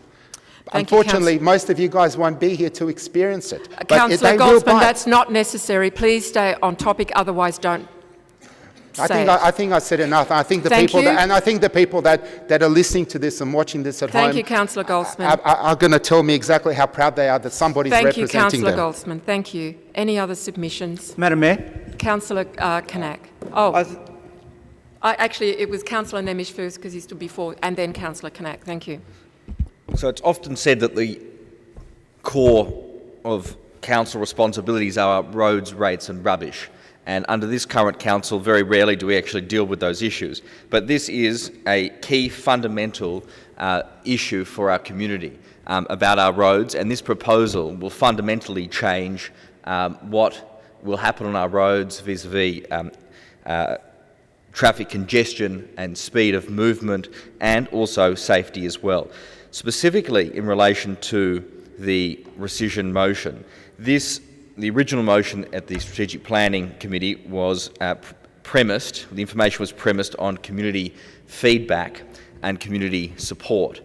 And as I pointed out at that meeting, it was less than 0.03% of people actually communicated with, actually responded, or actually had proper engagement with this particular piece of change.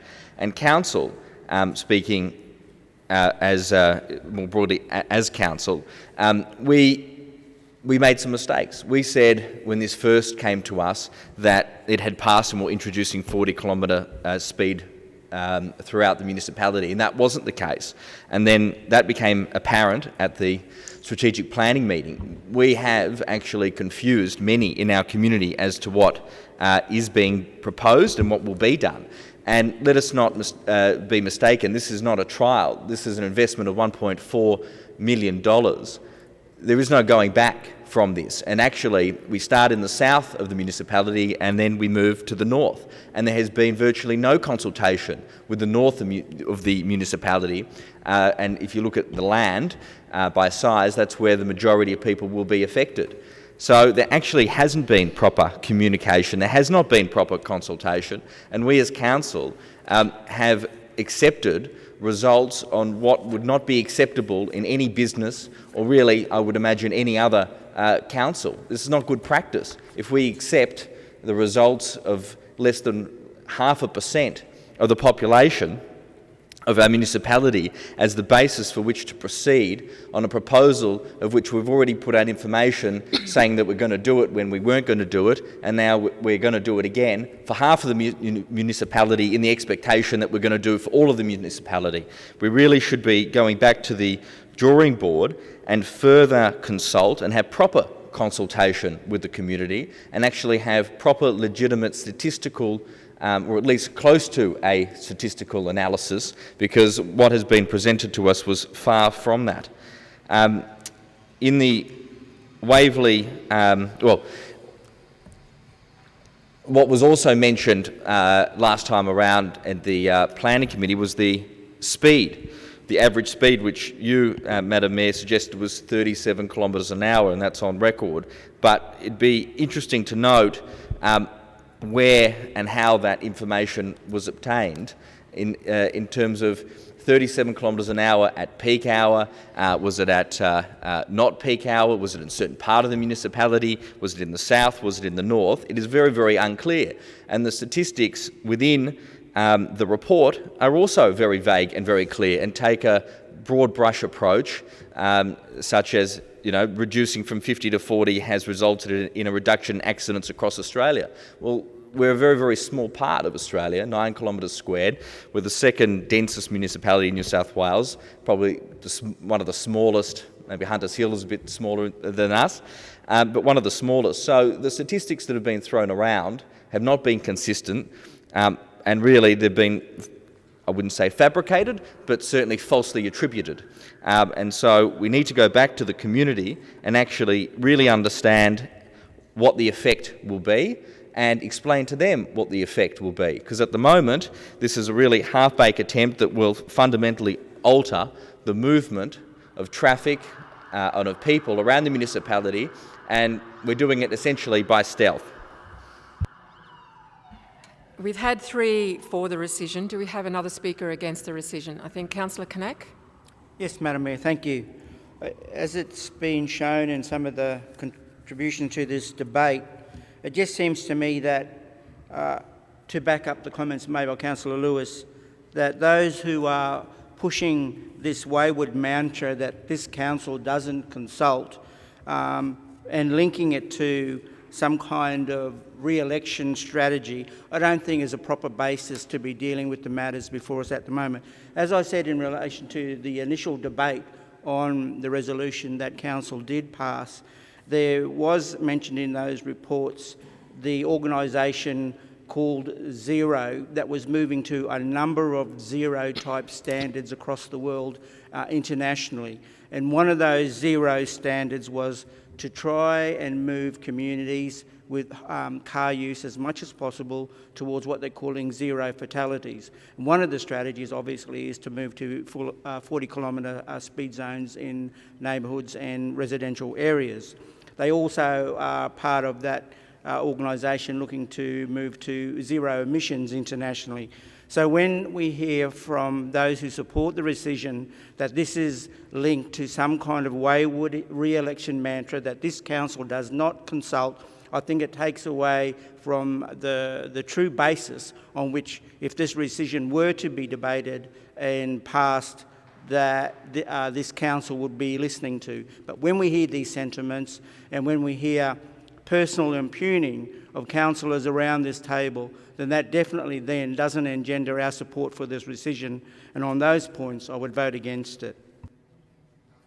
Thank you. Are there any other submissions?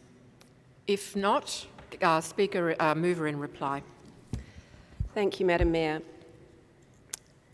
Councillor Lewis made some very negative comments about me as a councillor during his speech, which I really take exception to. I don't believe that we should be picking on other councillors when they are putting forward a proposal, so I'm not going to do the same back to him. However, I will address some of the points that he made. he pointed out that it's just a trial. This is not just a trial. Once we change with Transport for New South Wales to 40 kilometres per hour, there is no going back. Transport for New South Wales doesn't budge very easily, as we all know in our traffic committee. It is very difficult to get changes through. In fact, it's actually amazing that they've even suggested it. And personally, I'm actually not of the opinion that we should or we shouldn't at this point in time. I don't believe we have enough information. But the point I'm making is that it's not a trial. It's an implementation of traffic calming devices at the cost of $1.4 million. And Transport for New South Wales will change the speed limit. It's not going to change back. It's forever. This is not something that is going to be, oh yes, we'll trial it. And in fact, if you notice the original motion, there's nothing on it that says it's a trial, actually, either. Now, I'm also very shocked about the things that Councillor Wykenak just said, that he believes that, we're impugning the other side of the table and therefore he shouldn't support this rescission on that basis. I'm really shocked as a councillor that another councillor would say that he would make a personal decision about not supporting a rescission rather than actually looking at the information that has been put forward and considering it professionally. However, as I said, I don't want to talk about other councillors. What I do want to say is that we may ultimately decide that it is the right thing to do to change to 40 kilometres per hour. What the objective of this rescission is to go back to the community and really make sure that our community want this, that everybody is on board. Go back to our precinct committees, have respect for their views. Go back to our residents, all of them, all 77,000 residents. Go back to them and check that this is the right thing that we're doing. Because if we do not, and we go ahead with this and make these changes, there could be a significant backlash to this council. There may be a lot of people who are going to be very, very upset with a 25% increase to their travel time.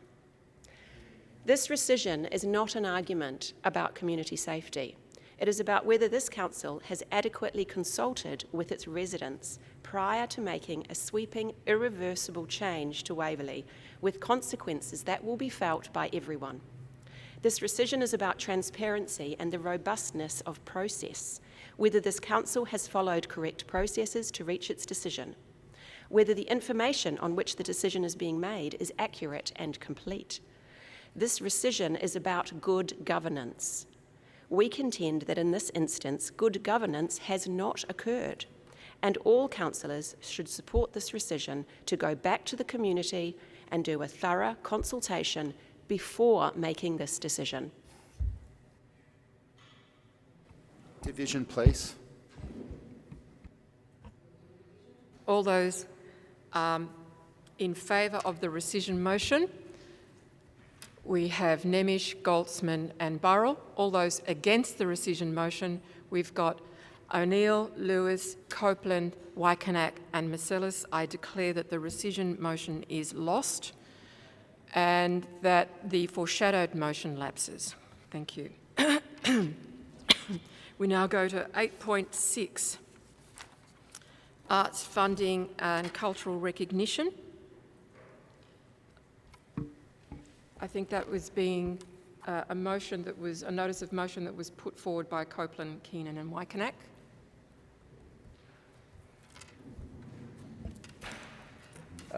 Just hang on a sec, I'll get there in a minute. Page 138. Okay.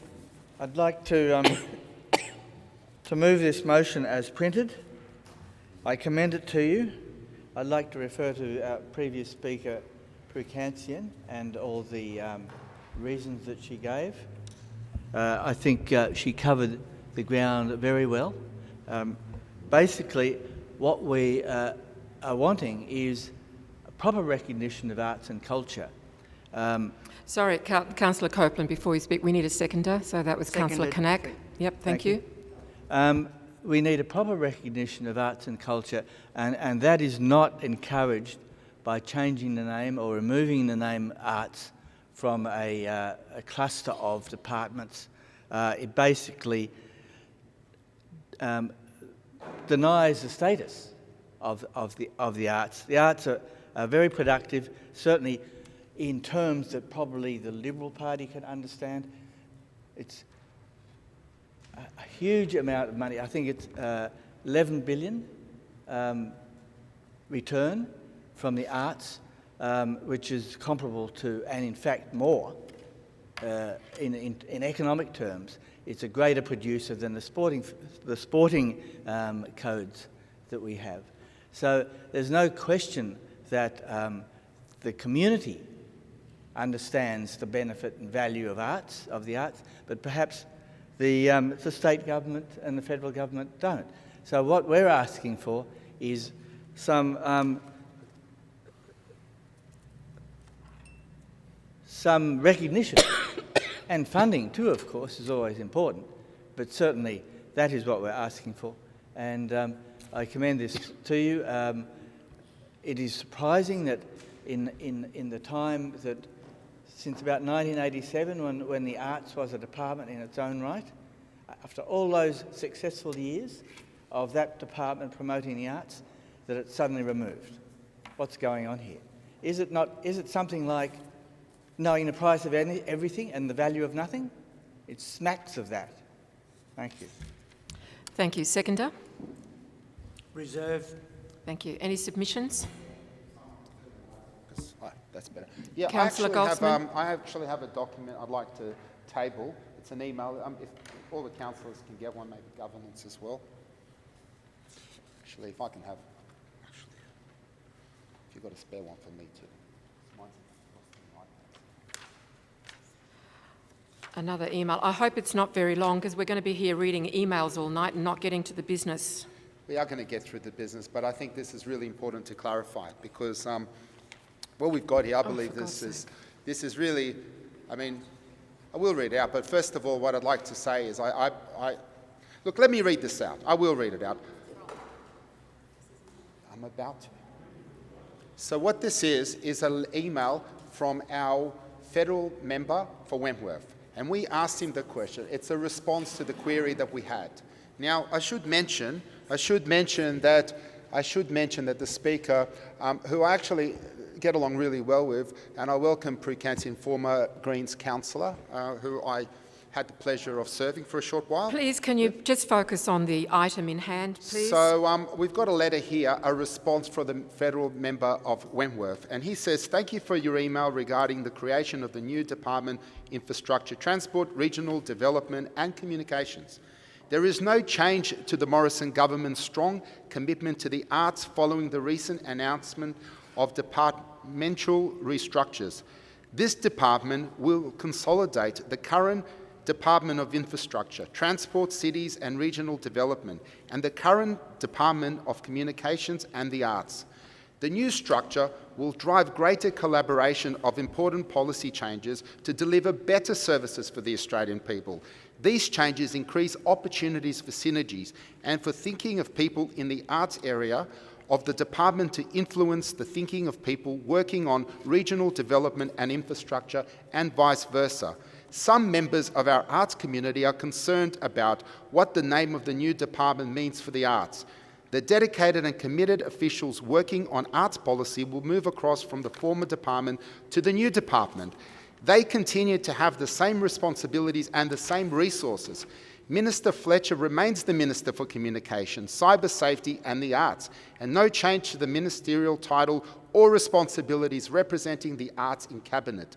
There is no change in funding committed to the arts portfolio, some $749 million in 2019 to 20. There is no change to the role and funding of the Australian Council, Screen Australia or other important arts and cultural institutions. I trust the information will be of assistance to you. Please do not hesitate to get in touch with my office if you have any further inquiries. By the way, any person could have contacted the federal member and anyone would have probably gotten the same response. So I'm going to vote against this motion because as far as I'm concerned, as much as I do like the former Greens councillor, I believe this is nothing more than a political ploy, which is what I'm continuously seeing from that side over there. When they voted against the roads motion, they've left dirty rubbish around. Focused they're on the bringing item. things that aren't even related to this council, wasting time and energy. So if you want us Councillor to stop Goldsman, reading please this, keep the relevance. do not allow these silly motions to get up in the first place. Councillor Nemish, your light is on. Yep. As I stated in the previous motion, Council's core responsibilities are roads, rates and rubbish, and here's just another example of how far we deviate from our core responsibilities to our residents. I suppose if Councillor Wykenak would have been more successful in the federal election, he was a federal member and potentially a minister, that he too one day might be able to alter the names of the federal department, but alas, he is not. Why are we talking about... Please keep to the subject in hand. I think it's just ridiculous that we're taking up time talking about a name change in a federal department for the arts. And yes, the arts are very important, but no, there are no budget cuts. It's still the same $748 million invested with the same minister and the same ministerial responsibilities. Had this been a genuine motion about the arts and care and responsibility for our local residents, it would have actually had something about doing some more arts or activity or related culture therein related to this municipality. Instead, it's really just words on a paper that are essentially meaningless, but it takes us away from doing what we really should be doing, which is investing in resources and activities and programs for our local residents. So on that basis, I'm voting against this. Thank you, Councillor Nemish. Councillor Wykenak is the seconder. Thank you, Madam Mayor. I'm sure I would have done a lot of things if I was the actual member for Wentworth, but unfortunately, that's the way it goes. But I would like to draw Councillor Nemish's attention to some of the clauses in that motion that he did refer to, and just reinforce the fact that the motion does also talk about culture. It talks about the cultural sector and increasing funding to the cultural sector. And for those councillors who were here earlier in the evening for the public forum, they would have heard a strong representation from Mr. Jonathan Moylan, who has been working with council's progress on its own cultural plan. And those councillors would have then realised the importance that arts and culture has to this community, and perhaps their remarks about dealing with things outside of our usual, admittedly, the mantra of roads, rates and rubbish. But we all know that these days councils across Australia have greatly increased portfolios and a strong responsibility in the arts and culture sector. And in this particular municipality, we have, I think, an even more imprimatur to look at these issues when we have such an internationally famous venue as the Bondi Pavilion Arts and Cultural Centre. We also have across the road from the park and this meeting place that we're in, the Waverly Arts School. So arts and culture is a strong part of the portfolio of the increased responsibilities of local government across Australia, and especially in this municipality. And I think that those councillors who try and deny that and maybe shift it with this mantra of roads, rates and rubbish need to re-examine the actual responsibilities that we have and those strong responsibilities that we have in Waverly to look after important cultural venues like the Bondi Pavilion. Thank you, Councillor Kanak. Any other submissions? Yeah, just move an amendment, and we'll put a new point 3A that says, Council notes, there is no change to the current committed, to the funding currently committed to the arts portfolio of $749 million. Current funding committed. Currently committed, that's fine, to the arts portfolio of $749 million in 2019 to 2020. Will the mover accept the amendment?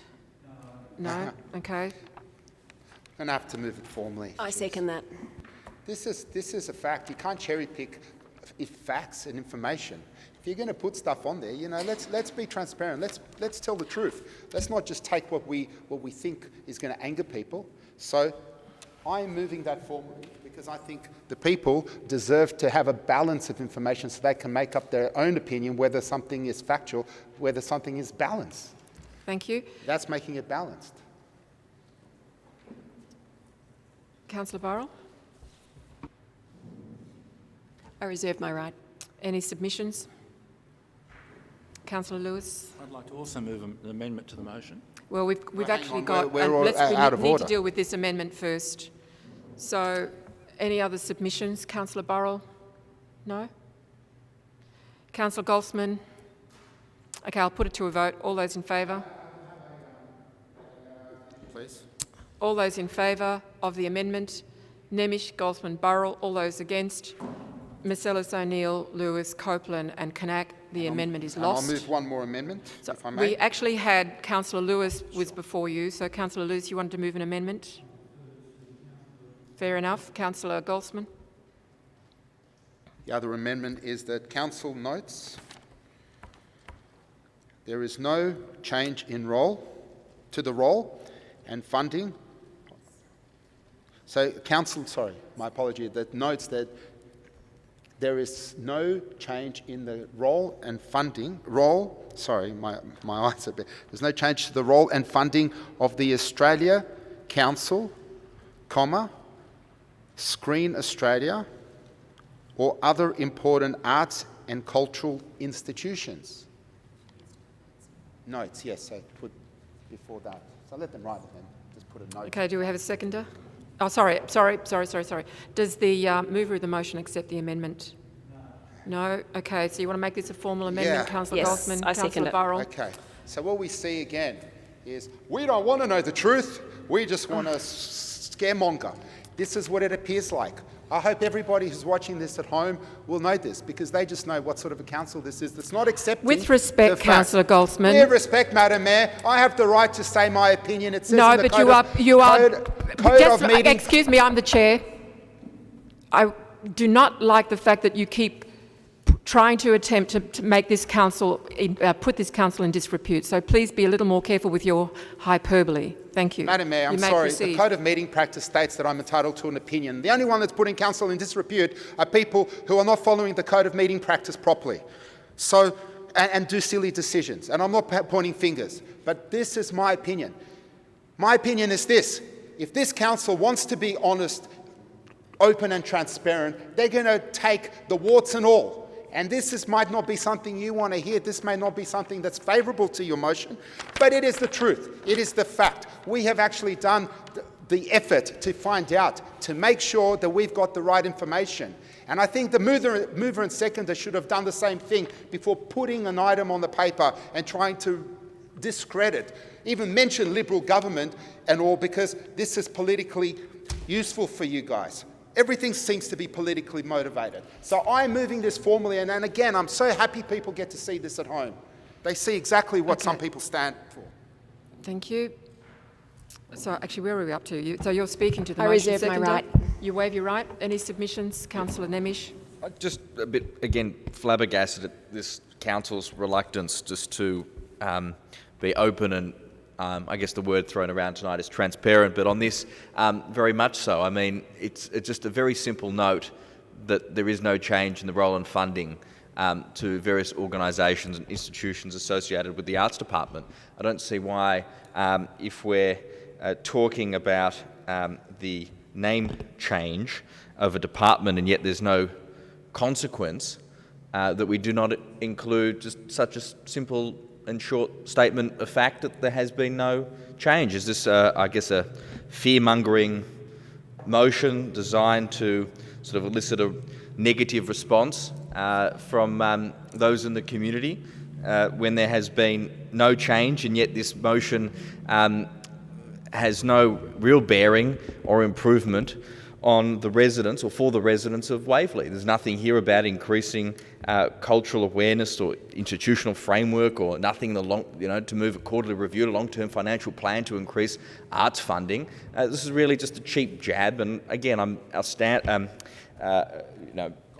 gobsmacked really that such a simple note is too much for those opposite to include as an amendment to this motion. Thank you, Councillor Nemish. Councillor Lewis. The problem, and we've seen it very clearly tonight, is those who advocate something seem to do their best to turn people off the very point they're trying to advocate by spiralling into invective and personal attacks. It's just extraordinary that a high school debating team would know how to sell something better than some of the speeches that we've heard tonight. Now, with Councillor Goldsman, when he gets up to speak to a motion, we're often entertained, but we're very rarely better informed. And tonight's just a very good example of it. Madam Mayor, point of order. The councillor is impugning against a fellow councillor, and it is unacceptable. I would ask him to withdraw his comment. Because it was based on his performance tonight, and I've asked for the hyperbole to be toned down. It hasn't. Councillor Lewis. Sorry, can I just point out then Tonight has more in common with a reality TV show than a meeting of the council. And this is just a further example of it. It is not a private audience. We have Councillor Lewis, we have a point of order. What's the point of order? The point of order is you're actually encouraging other councillors to continue slandering and encouraging. With respect, that's not a point of order. Dissent, because I have Madam Mayor. asked Dissent, you to... I'm calling a dissent then. Okay, we have a dissent in the chair. And then just tell your fellow colleague to tone it down. We have a dissent in the chair. And I don't accept that there is a dissent in the chair. I was merely defending the fact that all night you have been actually speaking with ridiculous hyperbole, accusing this side of all sorts of things, of lack of transparency, of no process, of all sorts of things. I've asked you to tone down that hyperbole, and on that basis I do not accept Madam Mayor, your dissent. First of all, it's a point of order because as I move the dissent... So we now need to vote. Do we need to vote on the dissent? What's it? It's a point of order because No, you then moved a dissent in the chair. I did not accept that dissent, but I've stated why I don't believe, and now we've got to put it to a vote. Madam Mayor, I've called it dissent. You didn't have asked. Well, actually, we need a seconder. I've got the right to speak first, and as the mayor, you get the right to have the reply. So again, this is. We need a seconder, don't we, for this? We need a seconder. Sorry.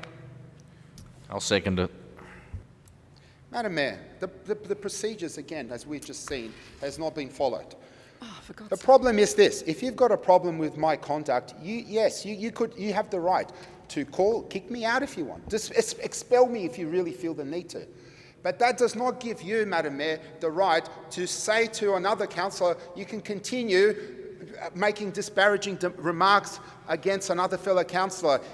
You could have called it against me, but to just encourage us. So my dissent on you, Madam Mayor, is because you are actually enticing this sort of, you're promoting it, as far as I'm concerned. So your calling to say continue, basically, is why I called it dissent. Perhaps you should ask your fellow councillor to tone it down as well. Show some respect. More delaying tactics. Well, I obviously refuse those assertions. So we now put this to a vote. All those in favour of the dissent? All those against? The dissent is lost. So can we please continue? And I ask both sides, please tone down the hyperbole. We've got an agenda to get through tonight. I don't want any more delaying tactics. Can we please collaborate, cooperate and just move on? Thank you. Councillor Lewis. The fundamental basis of this motion, and why I'm objecting to the amendment, is this: that by abolishing the Department of Arts, it sends a very strong message not only to Australia but to overseas, where this government places the importance and relevance of the arts. We have been in a downward spiral for a number of years, and it's time to say enough. The arts community has spoken with one voice opposing this. It is quite clear that the Secretary of the Department was not consulted at the time and has spoken publicly about the shame of what has happened. By waving around emails from Dave, who I presume is our member, without even tabling the email to Dave, is disgraceful. If you want to table an email, put the whole correspondence in evidence. Don't pick and choose what you want to do. This amendment is playing simply to an audience. This is not a reality show. This is the council looking after the interests of the residents of Waverly. Stop treating it like your own personal TV show. Thank you. Any other submissions? Yes. Councillor Knack. Yes, thank you, Madam Mayor. What I'm proposing to do is maybe foreshadow an amendment that councillors can consider that might bring a way forward from both the amendment that's been voted down and the amendment currently before us. And I would propose that we combine both those amendments into something similar, and it would be along the lines that Council writes to that list of people that we are commenting about in the initial clauses, and that we asked for the arts portfolio budget and for the funding for the Australia Council and Screen Australia and other important arts and cultural institutions to be, in fact, increased. And if that is supported, I could just signal also to my commenting councillors that in a future campaign for Wentworth, I would also be happy to support such a sentiment as part of the next election campaign for Wentworth. And that would be that we increase the arts and cultural funding not only to our local municipality, but we increase that funding in the portfolio nationally. Sorry, I'm just seeking some advice here, Councillor Knack, because you were the seconder of the motion. Just one moment. So are we... He can't, you're not able to do a foreshadowed amendment on your own motion that you've seconded? With all respect, Madam Mayor, I've said what I wanted to say, so I'll okay, withdraw thank it. you. All right, so are there any other submissions on the amendment? Yes. I'm a little surprised by Councillor Wykenak's comments because it actually already is in the motion that there is increased funding as Clause 2C. So perhaps as seconder you may want to read your motion. Point of order, Madam Mayor. I said I did withdraw it after the comments that were made. Thank you. Councillor Burrell. As has been previously said, both of these amendments are very simple amendments. They are merely to put some facts onto this motion. I think they should have both been supported, and I'm absolutely shocked that this council has not supported them, and it is looking like they won't support this one either. Previously, when Councillor Wakefield was the mayor, at least the other side of politics would actually support facts being put on the paper. Now we find this is not the case. Excuse me, Councillor Burrell, you are now casting aspersions on my capacity as the mayor. I would like a retraction and an apology. Thank you. I apologise, Madam Mayor. I am only stating the history of this council while I have been in it. It's not an apology. That's... Continue, please. I just want to get on and get to a vote. So I believe that all councillors should support facts being put into motions. Statements of facts should be put into the motions as they are statements of fact, and I do not see why we are not doing that. Thank you. Mr. Goldsman? No, sorry. Not for amendment. So we'll put the amendment. All those in favour of the amendment? Nemish, Goldsman, Burrell. Those against? Wykenak, Copeland, Lewis, O'Neill and Marcellus. The amendment is lost. Okay. Any other submissions? If not, Speaker in reply. Mover in reply, sorry. Mover in reply. Speaker, yeah. Mover. The points 2B and 2C in the motion actually are asking for an increased funding and the enhancement of the role of culture in all its forms. Those two amendments were actually not very appropriate because all that they were saying was it notes what we're already doing. Well, we don't care about that. We want to enhance and increase the funding. So having those two attempted amendments in the motion would have been confusing apart from anything else, and unnecessary apart from anything else. I would just like to briefly mention that it would be good if this council was able to manage its anger, because that's what we're getting. A little bit of anger management would go down very well amongst some of us, and I would urge all of those... Sorry, Councillor Copeland, can you please speak to the motion? Okay. I don't think I need to say anything more about the motion, because I think that we've pretty much said it all, and all the necessary information is now part of the motion. Thank you. Okay, I'll put the motion. All those in favour? All those in favour? Aye. It's a division's been asked for. Please, hands up. All those in favour? Councillor Kanak, Copeland, Lewis, O'Neill and Marcellus. Those against? Burrell, Goldsman and Nemish. The motion is passed on division. Thank you. We now go to CM 8.8, Red Flag Day. That's page 142 in your papers. That moved by Goldsman, Yes, Councillor Madam Goldsman. Mayor. Thank you very much. I move the motion, but with just another point too, if that's okay. Yep. So, I mean, I'll read the whole thing out anyway. The Council, 1, endorses in principle and subject to standard council assessment, the Lakahi Foundation Awareness Red Flag event proposed to take place at Bondi Beach from 6:30 a.m. to 10:30 a.m. on 4th December 2020. And the new point 2 reads, grants the proposed event referred to in Clause 1 above a one-off exception to the practice for events on the Bondi Beach sand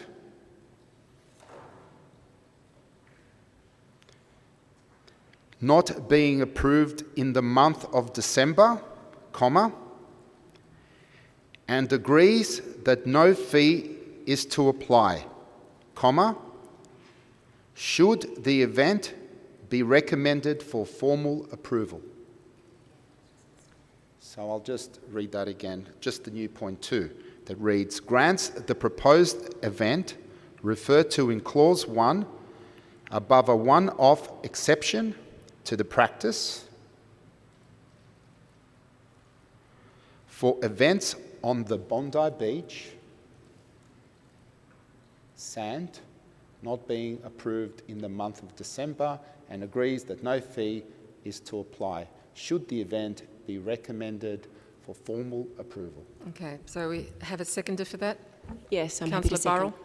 second. Okay, Councillor Goldsman? Sure. Now, I know we disagree on a lot of things, but hopefully this is one thing my fellow councillors and I could certainly see eye to eye on.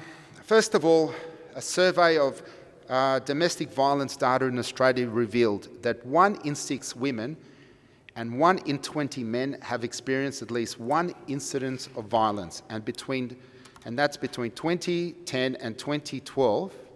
The domestic violence fact file revealed that every 10 days a female has died as a result of family violence, with a total of 75 over the period, and in 2015 females accounted for almost 2/3, 65% of all victims of family domestic violence. Revealed homicide in Australia in 2015 as 103 victims. Just in 2019 alone, 61 women were killed in Australia as a result of domestic violence. Now, first of all, I commend the Speaker, Rachel, who got up there, and I know how hard it would have been to come up and address, especially sharing some personal experiences. The thing is, though, Rachel isn't alone. There's a lot of other people who are prisoners, hostages in their own home, and would love to get out, don't want to get out, but they feel like they're trapped. They don't have a choice. And what the red flags symbolise on the beach is just, A, to let people know that they should speak out, but also to let other people know to look out for the signs and to offer the assistance. And I know that if it wasn't for the support that a lot of the people may get from time to time from a neighbour or a caring friend, they'd probably still be stuck in that situation and still be entrapped in a place where there's just no escape, and they feel like the whole world is just non-existent. So by having this symbol, these flags, what we're actually doing is we're showing the community, we share these values, all councillors. And the reason for the point too is that we normally don't allow these things on the beach. We have events booked, I think from December, January, the busiest time. But we know from the General Manager's comment, it's a low impact. And low impact, it's not something that's going to cause a lot of problems. And I think based on these circumstances and based on the wording that I actually have received help with from our officers, I think this is really important to be able to show the community, not some for, some against. I'd like to see unanimous support on this one. And I really plead to my council, my fellow councillors, to actually be on one page with me on this. Thank you. Thank you. Councillor Burrell to second. I reserve my right. Any submissions? No? I just want to say this is a fantastic initiative. Domestic violence really is a scourge and a blight on our society and our community, and often goes unnoticed or unspoken for too long. I think this is a great way just to bring that into the fore in a great local community initiative, something we can do to highlight this particular issue, especially within our community, and so I'm very supportive of this proposal. Thank you. Any other submissions? No? Councillor Burrell has seconded. You waive. Councillor Goldsman as the mover. In reply? No, look, I think the background, it's there. I'm not going to read it all out. It's pretty long, but I think that's sort of self-explanatory. But I think hearing from the Speaker and, I'm sure that if we all thought deep and hard, we probably all know somebody who could have benefited from a little red flag down at Bondi that could be life-changing. Thank you. I'll put it to the vote. All those in favour? Aye. Any against? No. Carried unanimously. Thank you. We now go to item 8.9, Spring Street Cycleway and Streetscape construction. Blech. Thank you, Madam Mayor. I would like to move it as per the paper with two small amendments. In clause 7, it says, and arranges its distribution. I would like to remove the word its and add after distribution the words of the summary.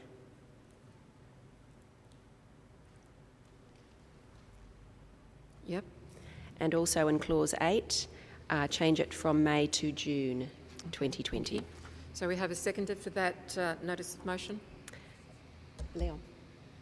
I'm happy to second Councillor Okay, Councillor Burrell. Thank you, Madam Mayor. Unfortunately, Councillor Kay was not able to be here this evening because he was most concerned. The advice about for his wife Camille was that they should be isolating during the high risk of the COVID-19 virus. He has asked me to move this on his behalf. I would like to first of all thank him for all of the work that he's done on this. It's been a huge amount of work, and he has done it over a period of months of working with the council officers and also with the businesses in Bondi Junction. Councillor Kay and myself met with the businesses, and we've also had meetings with Emily Scott, our director, and also Sharon Cassidy, who is the project manager for this project. Now, the first three clauses are really around noting where the stage of the works is at. As all councillors would be aware, it has been delayed. The movement from stage 2 to stage 3 because of the weather. That has not happened yet, I don't believe. And that there has been a lot of issues with this stage of Spring Street, and in terms of the business owners in the area being very adversely affected. There has been flooding, there has been a lot of delays with pipes being affected in the road, which were not found in the beginning stages. So there have been a lot of concerns from the residents and business owners of that stage, and they are also, many of them are affected in the next stage, which is stage 3. Now, stage 3 is the most critical phase of our Complete Streets upgrade and cycle path of Bondi Junction. It is the area that has the largest number of people walking through it all of the time. It has some very large businesses that are affected by it. We have a very large number of vehicles going through that street because of the pick-up, drop-off locations for the community buses, for the unloading and loading of delivery vehicles. And in fact, I stood on the street for half a day as I was meeting with the businesses and noted how many trucks there are coming and going, and in fact how they are often double parking in the middle of the street in order to unload their goods, which is not an ideal situation, obviously. So this stage 3 is absolutely critical that council gets it right. So this motion is really around going through all of the details that have come out of the meetings with the Director Emily Scott and Sharon Cassidy, the project manager, and going through and working out what we believe needs to occur. And they have agreed that these things need to occur. One of the things is to have a comprehensive construction, pedestrian and vehicle plan of management for this stage and for future stages. Now, as it is a Waverley Council project, we have not had to prepare a construction, pedestrian and vehicle plan of management, and it hasn't actually gone to the Waverley Traffic Committee. So this is something that we have to do for all of our DAs, yet we are not doing it for our council projects, which I find absolutely amazing. So I think we have to do this. We have to have a plan in place for how we manage the community bus zones. This is a really important service for East Leagues Club, for residents of many of our seniors not the senior centres, for the aged care facilities who bring community buses in for their residents to go to the Eastgate Centre, particularly now at 7 a.m. in the morning. So it's really important that we get this all right and that we get all of this information and provide these summaries to the businesses so that they can see that council have prepared all of the detail and that they are taking an adequate response to their concerns. The other area that there is a huge concern of the businesses in the area is working with Ford Civil as the contractor to minimise the undue impacts to businesses. Now, there are a lot of businesses in this area, like beauticians, hairdressers, the East Leagues Club, the supermarket, who are all going to be hugely affected by noise and disruption during the period of the 6 months, if not longer, while this is occurring. I believe it's really important that the contractors work with the businesses, find out how they can make it, minimise it to the effect to these businesses. We don't want to see our businesses in Spring Street having to close down and not having any retailers in that area. We don't want to see our major retailers and clubs having huge losses because of the mismanagement of this project. I think it's really important that we take all of these steps. It's also important that we consult, notify and receive feedback from our community and that we actually do a better job at it going forward. Councillor Kay and myself, as I said earlier, we met with the business owners and they have been really frustrated with the level of communication. Now, this is not just council, this is also Ford Civil and their communication, and I know that they have a woman called Olivia who has been the liaison for the businesses, and I believe she's doing as good a job as she possibly can, but it really hasn't been enough to date. So this is a really important motion. I hope that all councillors see the importance of it and will support it. So, seconder? Well, I reserve my right. I continue to reserve. Submissions? Councillor Lewis? Maybe I may make a submission. I have a question first, and to the General Manager through to perhaps the relevant Director. Clause 4 of this motion calls for the officers to urgently organise the preparation of a comprehensive construction, pedestrian and vehicle plan of management. Reading the council papers, I understand that such a thing has already been done. I am confused. Could I ask the General Manager, is there a construction, pedestrian and vehicle plan of management prepared for stage 3 of the works?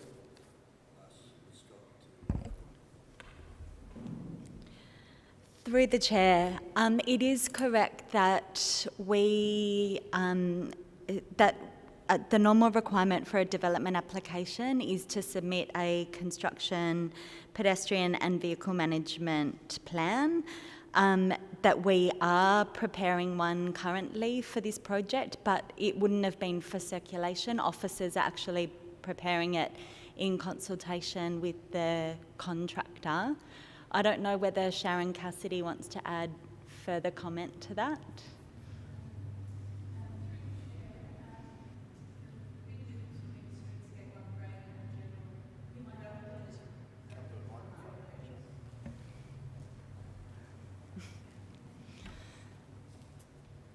Through the chair, just confirming, yes, we are preparing the vehicle and pedestrian management plan. Just to consider those, a big difference between the streetscape upgrade and a typical development is that we will need to change the plan regularly as the stages progress. So we have a high-level plan for stage 3A and 3B when we're working on either side of the street, and that's around loading and vehicles. We've got the community bus to consider, we've got taxis to consider, and obviously the loading, and there's a disabled parking spot as well. So we need to consider those. But the pedestrian movement changes as we move from curb works to footpath works to asphalting the road. So that needs to change. So it is an ongoing process. It's not a simple document that we would be able to submit to traffic committee like a developer can. Not that they're simple, but it is ongoing. But what we are drafting up at the moment, we're just getting some final approval from Dan's team around the taxi location, is at least locks us in for the first stage in terms of vehicles. The other thing that we will do is do more reviews of pedestrian safety at each stage. That was certainly an issue in the last stage, because when you move around the site boundaries, you end up with areas that have more trips and fall hazards than are acceptable. So we will be doing regular inspections to ensure that that is better managed in this stage. And that's probably the key differences that we're trying to implement through from stage 2 to 3. Thank you. So just with a follow-up question to that then, of the plan that's currently being done, does it include the matters detailed in points 4A, B and C of the proposed motion?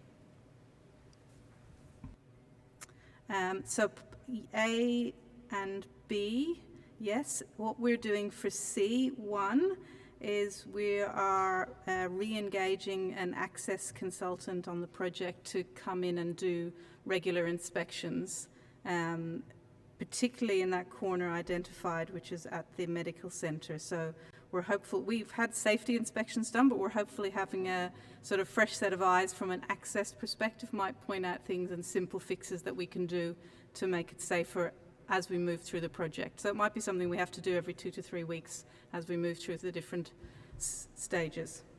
And C2, yes, I can confirm we are doing that. That's more about a management to making sure that the barriers are well placed and that we don't make the footpaths narrower than they need to be. Item 3, traffic flow management, construction vehicles. And so we have been in discussions with Eastgate, which includes Coles, but also the other big providers in the centre.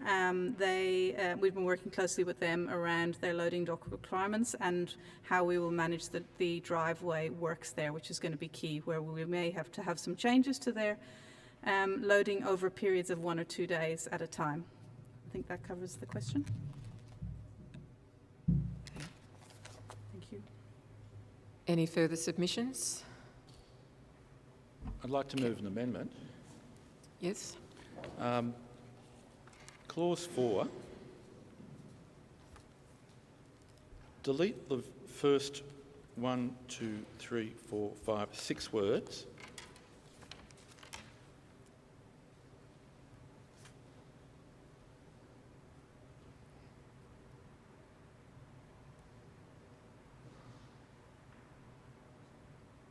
And insert these words.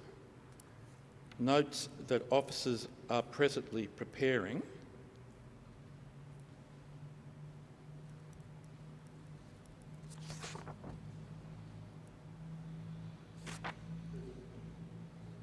got that?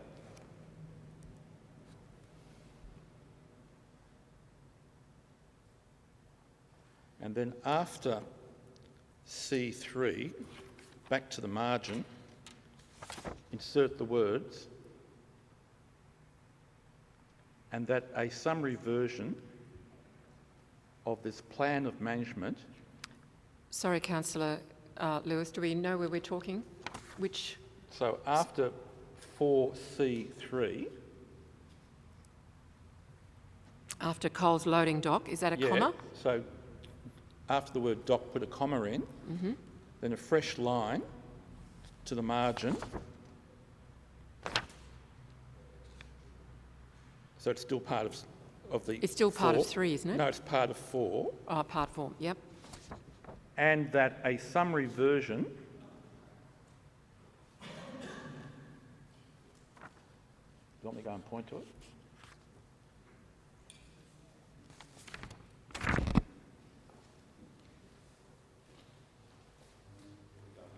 A summary version of this plan of management be prepared for consultation, full stop.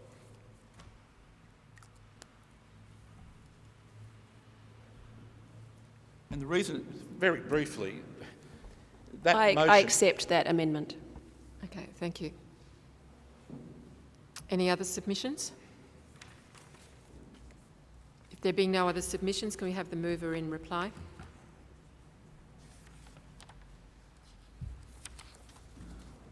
Can move an amendment. We've already gone to mover in reply. I asked for submissions. All right, I'll be flexible. Thank you. The amendment being that a summary version of this plan of management be prepared for consultation be deleted. Sorry, I couldn't hear you. And that a summary version of this plan of management be prepared for consultation be deleted. And well, I the mover that. has just accepted that it be included. I don't think you can actually then go back and... I can. No. Okay, so that's been accepted. So, Councillor Lewis, you'll move that as an amendment? Yes? Talk about a circus. Do we have a seconder for that? Seconded. Councillor Kanak, do you not want to speak to it? I'll say one very short point.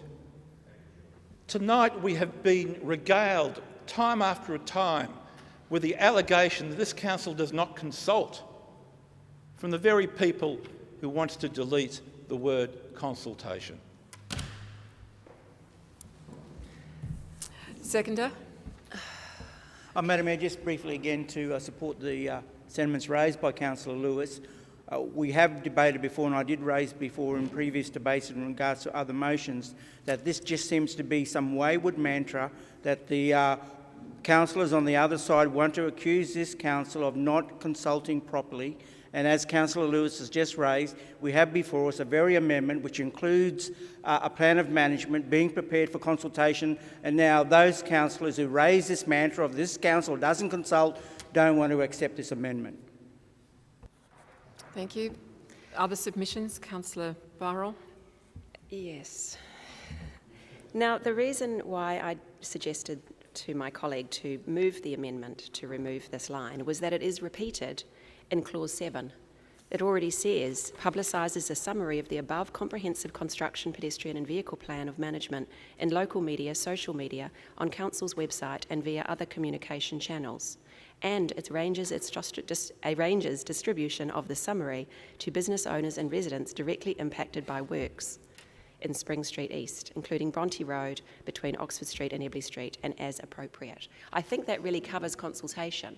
Perhaps Councillor Lewis may want to add more in there. We could also add the precincts, perhaps, anyone else we want to include, but I really think that this is covering the consultation aspect quite well.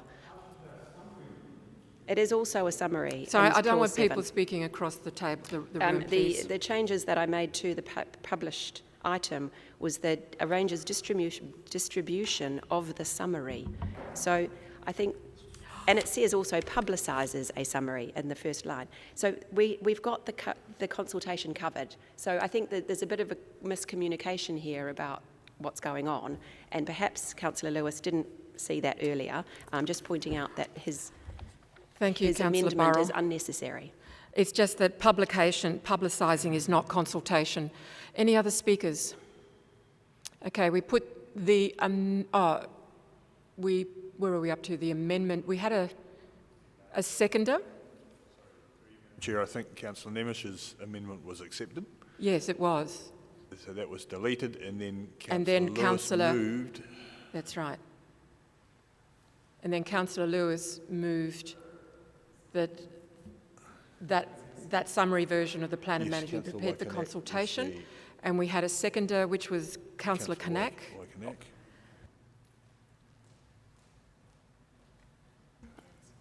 You right? Okay, so any other submissions? I have a question. I would like to, through the General Manager, ask the project manager, who is indeed in preparing this plan of management, if there is an opportunity for consultation. At the moment, the Council are just putting out the information. A consultation is a very different beast, and whether that consultation will in fact actually be able to happen for a start, because it may hold up the whole project and there may be implications. So I'd just like to confirm with her before we vote on this whether consultation is really the right step in the process.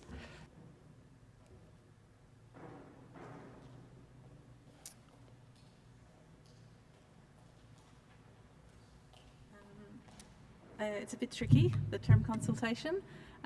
So we have consulted with a number of the business on Spring Street to develop the plan that we're working on at the moment. And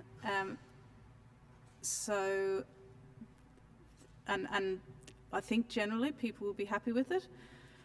It's going to be more of an informative stage once we've finalised the plan than asking their opinion, and because there's limited demand we can change. We know that the issue of the location of the community bus is not going to be ideal, but we don't have a safe place to put it on Spring Street for the duration, so we're proposing it to be on Bronte Road. We really need to manage that for as short a period as we can. We can't put the community bus on the other side of Spring Street because the elderly residents would be coming out of the door of the bus onto the road, which is just unsafe. So we need them to pull in where they're on the left. So that, I mean, I don't think we're going to be able to get everybody 100% happy with it. And we will have to reduce loading for the duration. So again, we're not going to have 100% of people happy, but we have tried to maximise what we can fit into the street in the period. One thing we are interested in doing and speaking to the businesses is the opportunity to load in Oxford Street Mall at certain hours, and we haven't managed to engage any of the businesses to discuss that with us. So if anybody has ability to get them to talk to us, we would love to, because we think that will take the load off, particularly in stage 3B, when we're working in front of all of the small businesses that normally load there and need to service the shops into Oxford Street. So we are trying to engage with the businesses on that, but they are not engaging at that level yet. We're hopeful they will once we get started there and they realise the project is happening. But we are offering that, we can manage that, and that will be a real help to loading in stage 3B. So I don't know if that answers the question, but it's a mixture of consultation and information. Yes. I think we just need to be clear what we mean by the word consultation. We will be taking it to mean continuing to work with the directly affected neighbouring properties and businesses in that area. We would have an issue if consultation was meant to be a wider reopening of any issue. No. So I think that we will interpret it as in line with the working as connoted in the rest of the motion. That's correct. Thank you. Okay. So we're up to submissions. Councillor Kanak is the second. Through you, Madam Mayor, and in relation to what the General Manager's just said, in clarifying what the resolution, if it goes through in this form, will achieve, I believe Councillor Burrell mentioned an officer with Ford Civil who Councillor Burrell seemed to think had been overwhelmed, or the capacity wasn't meeting demand. In relation to what the General Manager's just said, is there room in what we'll achieve if this resolution goes through with this amendment? Is there room to increase or broaden the capacity of that officer mentioned in Ford Civil, or others of our officers in order to meet this demand where we're identifying that there obviously needs to be further stages of liaising with our business and community using Spring Street. I think I would need to ask Ms Cassidy to comment in response to that. Sorry, Ms Cassidy, can I ask you to speak closer to the microphone? Sure. Thank you. So I don't think we need more support in terms of staff. What we need help with is how best to communicate with the businesses. So in the week that Councillor Burrell mentioned where she'd met the businesses, we held 2 4-hour drop-in sessions, and we had about 3 businesses come, and we had senior staff from Council and Ford Civil at those meetings. That worked well for the previous stage for residents. The residents came and asked us lots of questions. Our consultation with the Eastgate side of Spring Street has worked well. We've had very specific meetings with Eastgate, with East, and so on, so there's no issues there.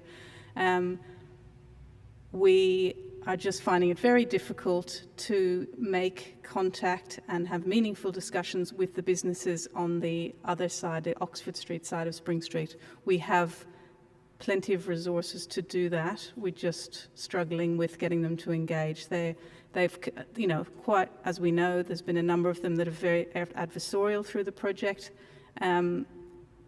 We're just trying to work past that and have the conversation with them. So, no, I don't think we have a dedicated engagement officer at Council, and Ford Civil have a dedicated engagement officer, and they have the senior staff to support that.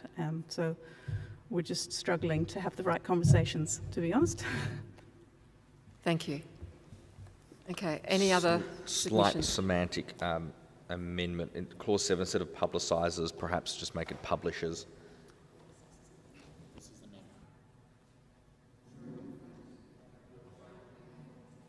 Any other submissions? If not, I will put the amendment. We're actually on the amendment. Can we scroll down to the amendment, please? Thank you. Councillor all those in favour of the amendment? Aye. All those against? The amendment is carried. Thank you. Okay, now we go back to the substantive motion, which was put forward by Councillor Kay and Burrell. So just...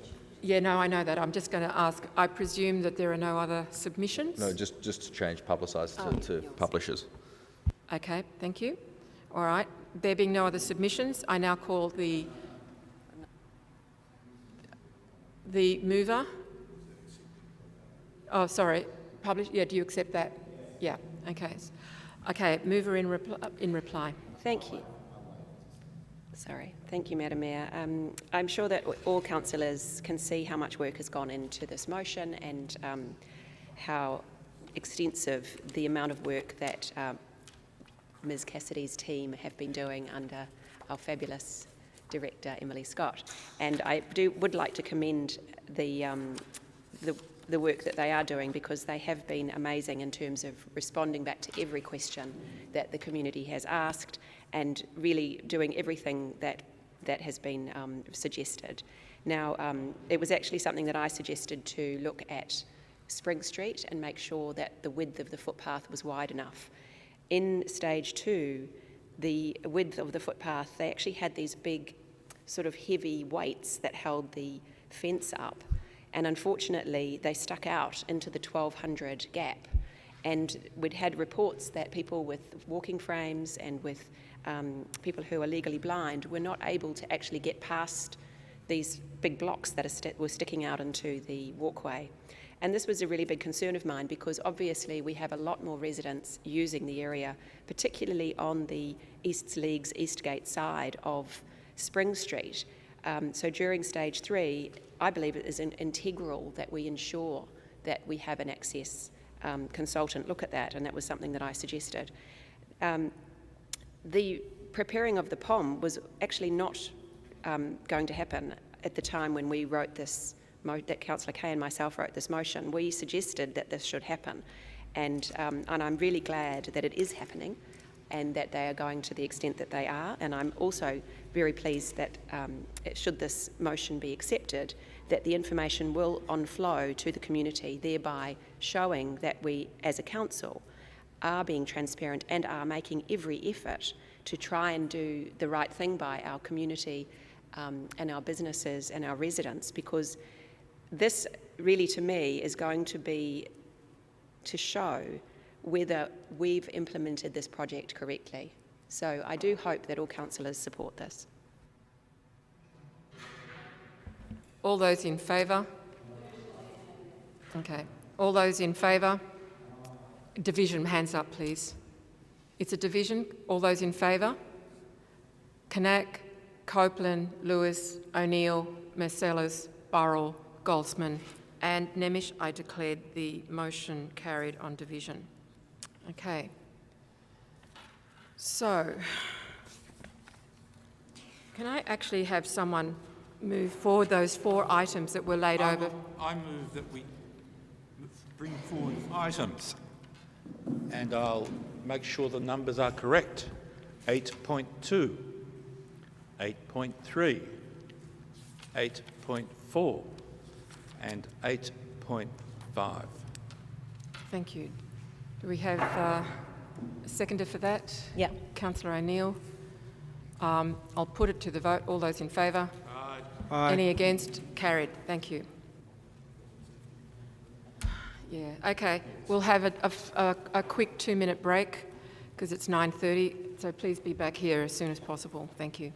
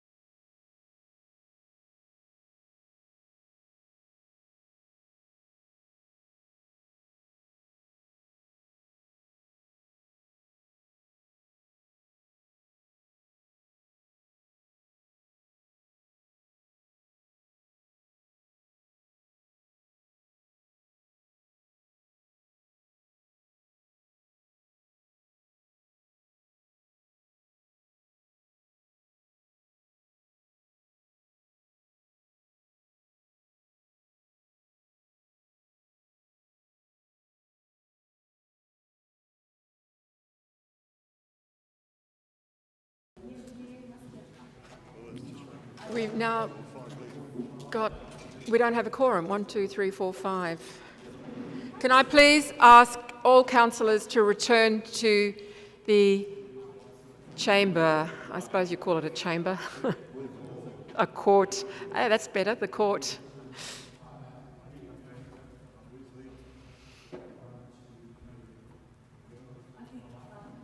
That's the next trick, make us inquire.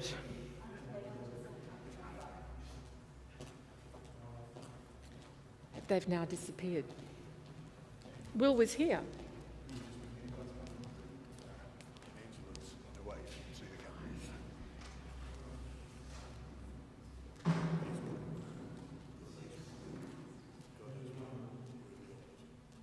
Well, his bag is here.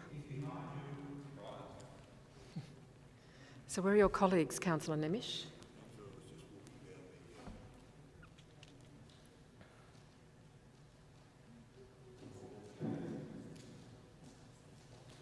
Jesus.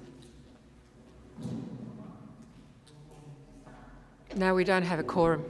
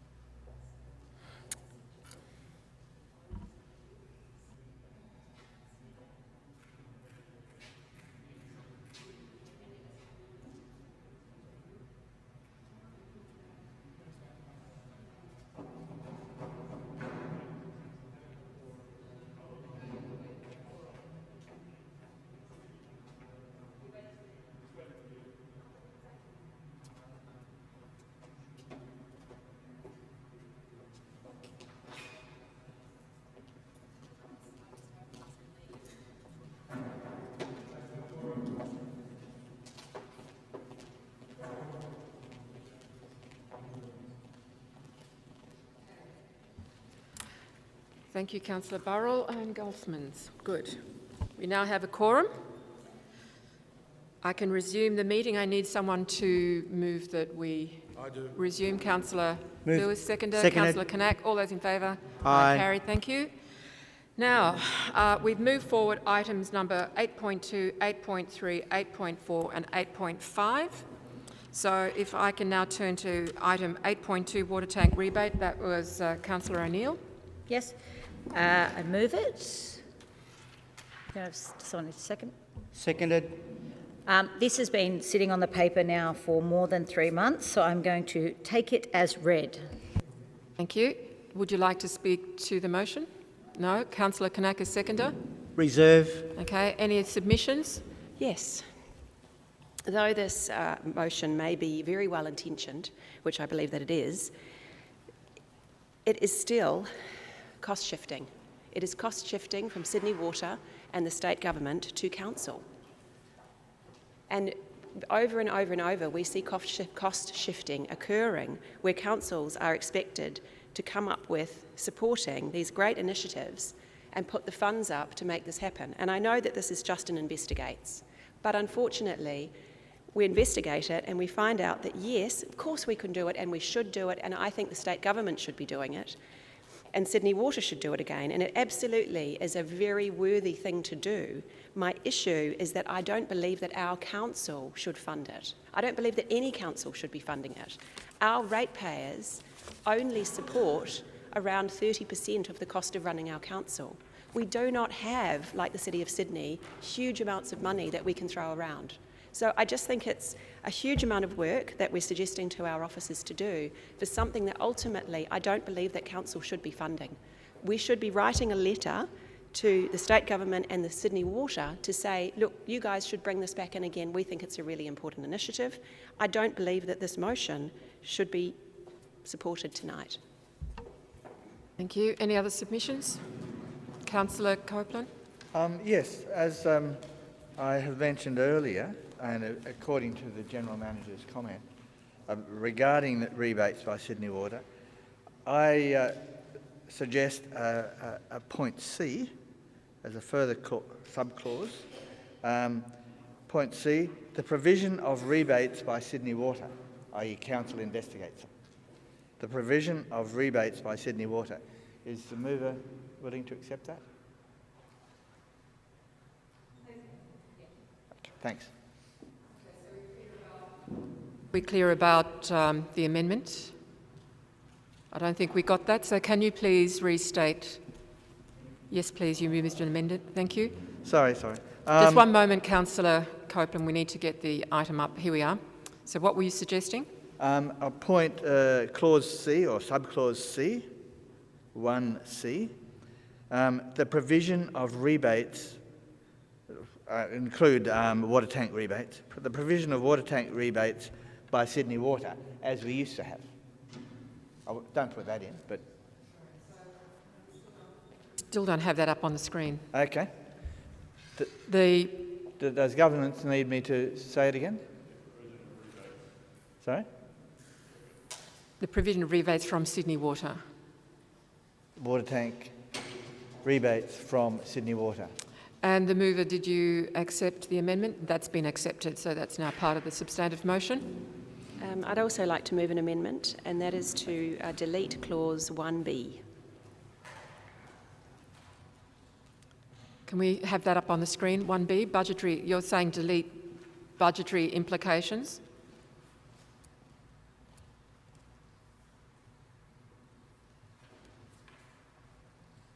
Sorry, we're just waiting for the governance. So we're deleting, you're suggesting that we delete 1B, which is investigating budgetary implications. So, mover, do you accept that amendment? No? Councillor Burrell, that's not been accepted. I'd like to move that formally. I'll second that. Okay, Councillor Burrell. Beg your pardon. Clause C, I absolutely support. I think that we should be asking Sydney Water to bring in rebates. We may also ask other organisations, such as the state government, to bring in rebates. I know that they have many rebates for other activities. But clause 1B is suggesting that council will fund these rebates. I don't believe that council should fund rebates for something that is a cost shift from another level of government to council. So therefore, I do not support this and suggest that we remove this line from this motion. The rest of the motion I can support. Line 1B I cannot support. Thank you. Seconder, Councillor Goldsman.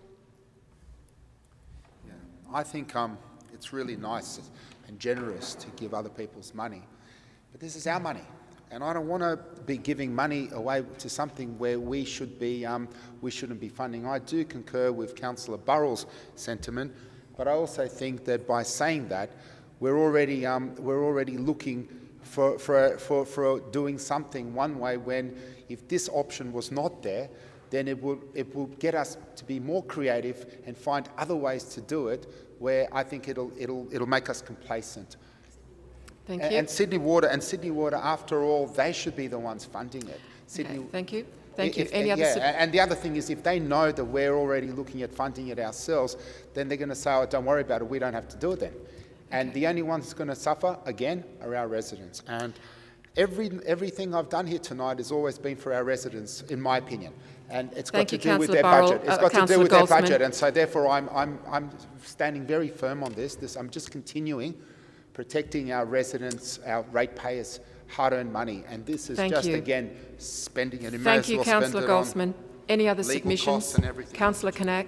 Yes, thank you, Madam Mayor. I'd just like to agree with the last point made by Councillor Goldsman in relation to the suffering of our residents.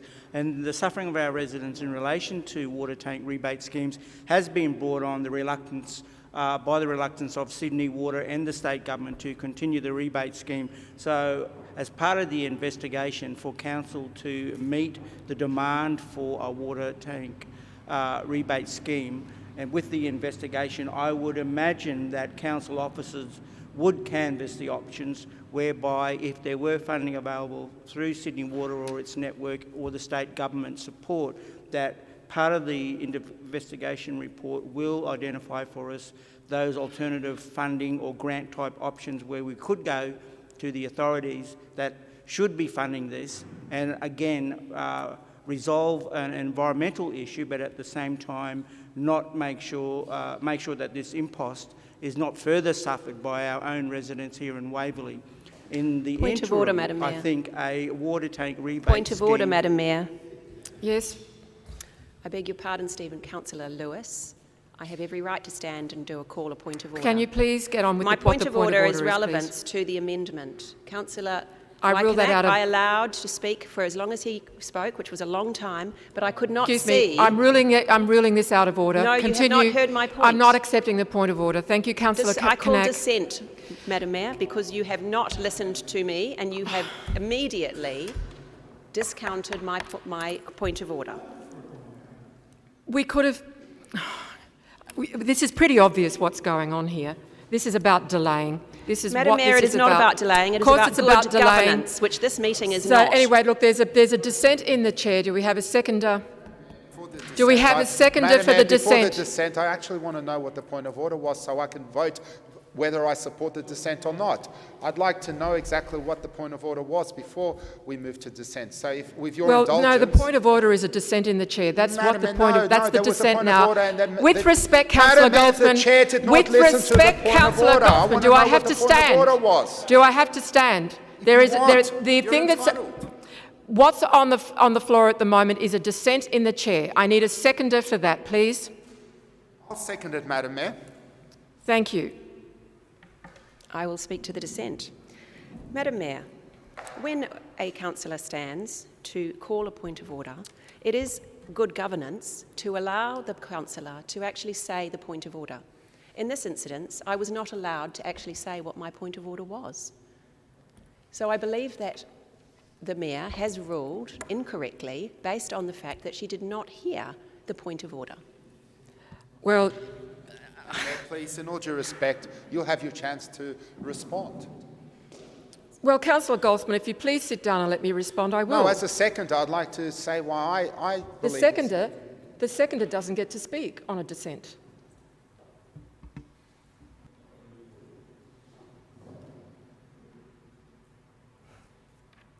Thank you. Well, of course, I totally dispute and don't accept the dissent. The point of order, as far as I was concerned, was not a point of order, and I wanted to, and I ruled that it was not a point of order, and I wanted Councillor Knack to continue. And he was not casting aspersions or anything else. He was making his point, and I just wanted Councillor Knack to be able to make the point without interruption. So I will not accept the dissent. So all those in favour of the dissent, all those... No, we're actually now having to vote on the dissent. Please, Councillor Goldsman. You all are those in assuming favour what of my point of order was, and it actually was not casting aspersion. So clearly, the Mayor does not know what my point of order was, which proves it. I will now take a vote. All those in favour of the dissent in the chair, with the division. Councillor, who's voting for the dissent? Councillor Goldsman, Burrell and Nemish. All those against? Councillor Knack, Copeland, Lewis, O'Neill and Marcellus. So the dissent lapses. Thank you. So Councillor Knack, can you continue your submission? Thank you, Madam Mayor. I thought that I was raising points that were pertinent to the debate, and all I was saying is that given the investigative powers of our officers and their frequent liaison with government, state government and Commonwealth government networks when we put motions to resolution like this, I'm sure the investigation will uncover alternative means, if they are possible, to relieve the impost on our residents and at the same time meet the demand for a water tank rebate scheme from some other funding sources. Okay, thank you. Are there any other submissions on the amendment? If not, yeah, okay. Sorry, we don't need to have that reply, do we? No, we just put the amendment. All those in favour of the amendment that clause 1B be deleted. With division, Councillor Nemish, Goldsman, Burrell. Those against, Councillor Knack, Copeland, Lewis, O'Neill and Marcellus. The amendment is lost. Okay, are there any other submissions to the motion? Further amendment that Yes. In 1B, the amendment B, the deletion of by council. So it should just be the budgetary implications that identifies options for how this rebate may be funded. So does the mover accept that? No. Do you wish to make that as a formal amendment? Yes, I move that formally. Councillor Nemish. Yeah, I'll second Seconder, that. Councillor Goldsman. Councillor Nemish. I'll be brief. Suffice to say is that this type of scheme should be ordinarily funded at a state level. And as Councillor Burrell said, it is cost shifting by making it open-ended and not specifying that the ratepayers of Waverly should be necessarily up for the cost, but making it a broader investigation I think would be more appropriate at this stage, in the same way that I think Councillor Neal could make a motion in Parliament at the state level if she so wishes. Thank you. Seconder. And I believe now by leaving it in there, it's not making the motion equitable. It means that some people who already have these water tanks are being burdened because their rates are going to go towards somebody else's, when it should not be a state government, it should not be a council anyway. So again, going back to my previous point, is by putting in that council, you're already prescribing that council is going to pay for this. But otherwise, if you didn't put that, you're creating more opportunities for other funding sources. So really what I can see is clearly this council wants to spend money, wants to. And whatever reason is, I don't agree with it. I believe that we need to be looking at ways to saving money, but also using our money wisely. We don't know what's going to happen with coronavirus. We don't know what's going to happen. We should be putting our resources in areas that really is going to look after the community. But you've already committing to find, and not only that, but you're actually denying a proper opportunity for money to come in somewhere else because you're so focused on this. Thank you, Councillor Goldsman. Any other submissions? If not, we will put the amendment, a division. All those in favour of the amendment, which is to delete funded by council. All those in favour? Councillors Nemish, Goldsman, Burrell. All those against? Councillors, is that a... You're supporting the amendment. Sorry, Councillor Copeland. All those against the amendment? Councillors Kanak, Lewis, O'Neill and Marcellus. So the amendment is lost on my casting vote. I don't need a casting vote? No. So the amendment is lost. Okay. Thank you. So we go back to the substantive motion. Are there any other comments? If not, can I actually ask the mover of the motion in reply? Thank you. Yeah, thank you very much. Firstly, I just want to remind the people that are objecting to this motion what the word investigate means.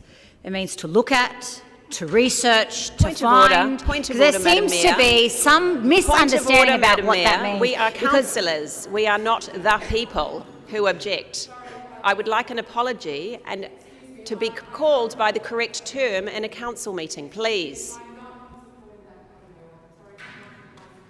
Here it is. It's back now. Councillor O'Neill, continue, please.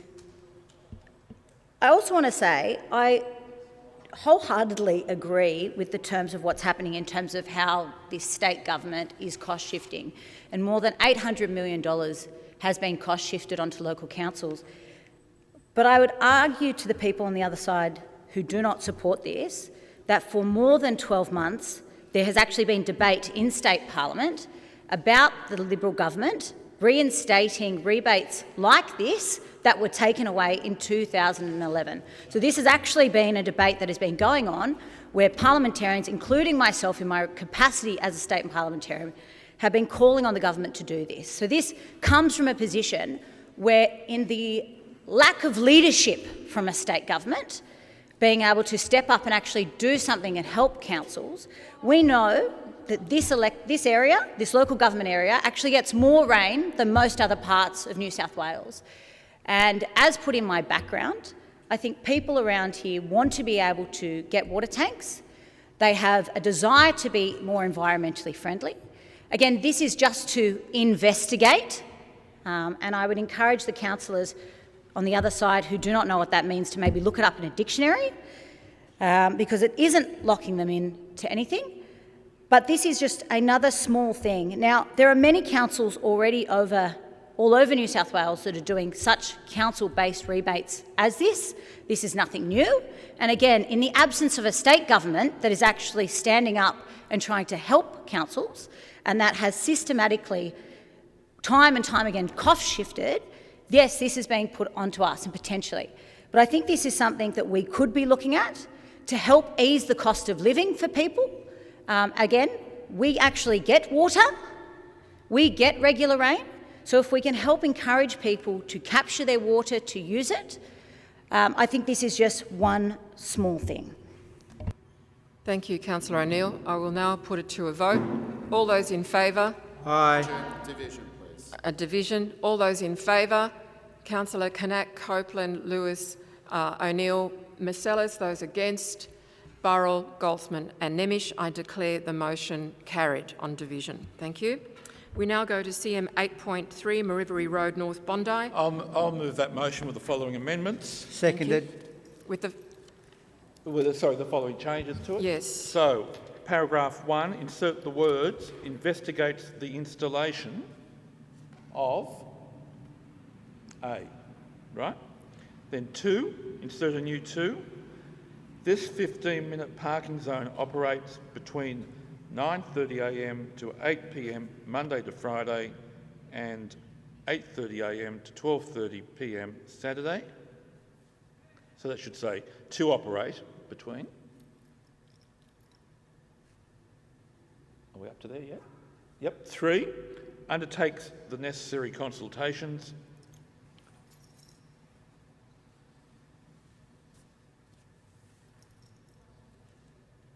4, reports back to the May Traffic Committee. Do we have a seconder for that motion? Right. Speaking very briefly to the motion, this is another example where small businesses need our help.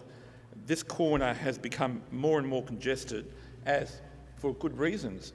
There's been a rejuvenation, the cafes are doing very well, but in the process, the small shop owners, and in particular the chemist on the corner, is finding it far more difficult for their clients and customers to actually get a park, to come in quickly to get their medicines and other necessities, because people are parking there because of the visitations to the cafe.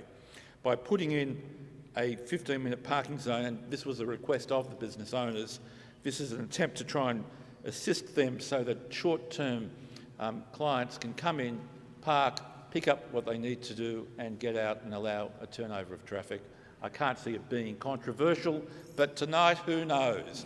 I urge all councillors to support the motion. Thank you, Councillor Lewis. Councillor Knack is seconder. Reserve. Reserve. Any submissions? Councillor Knack? Waive. Councillor Lewis in reply? Okay, I'll put it to the vote. All those in favour? Aye. Any against? Carried unanimously. Thank you. Item 8.4, Waverly Cenotaph Indigenous Commemorative Plaque. Councillor Knack, I think this is yours. Yes, thank you, Madam Mayor. I would like to move in relation to what the General Manager has raised, and because of discussions related to that, an amended form, and I would move that... It's up on the screen. Oh, that's good. I would move those clauses 1 to 3 with the additional 4, 5, 6. Sorry, Councillor Knack, can you read out the whole motion? You want me to read the whole lot? Yes, okay. Please. So it would be that Council in Clause 1 acknowledges the First Nation people's frontier wars, which were the battles and skirmishes of First Nation people resisting invasion and displacement from their traditional country. Clause 2 commits to commemorating the First Nations people's frontier wars by erecting some type of commemorative artwork or sculpture in Waverley local government area. Clause 3 calls for expressions of interest from suitably qualified Aboriginal and Torres Strait Islander artists for design and implementation of that work. And Clause 3A considers the cultural protocols. Clause B, that it is in conjunction with the Council's Public Art Committee, and that includes an expert panel of First Nations people, including the Lapus Local Aboriginal Land Council and other First Nation elders, to provide advice and guidance for the duration of the project. Clause 4 considers an appropriate location for this commemorative art this commemorative work. Clause 5, identify potential costings and budget source. And 6, reports back to Council as a matter of urgency. Thank you. Do we have a seconder? Councillor Copeland? Okay, Councillor Knack, would you like to speak to the motion? Given the time of night, I'm happy to cut short an initial presentation of the clauses of this motion. There is background on the papers with the original form of this, but just briefly to say that it's a mixture of commemorating these sorts of resistances, especially given what we're looking at this year with the 250-year celebrations of this First Nations country's introduction to what was brought on from a colonial expansive agenda. But it's also, even though it says Frontier Wars, it's also about making some kind of commemorative peace and reconciliation strategy about these issues and naming them for the unnamed things that they have been in the past. There is more recent research, there is more recent debate, but I think the first step in a peace and reconciliation strategy in relation to what's involved in this motion is first of all to name it, commemorate it, and then work together from there as a united nation. Thank you, Councillor Knack. Councillor Copeland is seconder. Any submissions? Councillor Lewis, can I ask you to turn your light off? Thank you. Councillor Nemish? Yes. Thank you, Councillor Wyconnect, for the motion and motion and amendments. I'm just wondering if you would accept one slight amendment. If you scroll all the way down to, I think, 7 or 6, there it is. Just make it reports back to Council and delete as a matter of urgency. Councillor Knack, do you accept that amendment? I'm obviously interested to progress the matter urgently, but if it's just a matter of cutting the word short in that final clause and working on it as a United Council resolution, then I'm happy to accept the amendment. Okay. Thank you, Councillor Knack. So the amendment has been accepted. So 6 now reads reports back to Council. Thank you. Any other submissions? Yes, Madam Mayor. Councillor Burrell? The original wording of this motion was to request a commemorative plaque. Now the motion, if we could move back up to the top of the motion, please.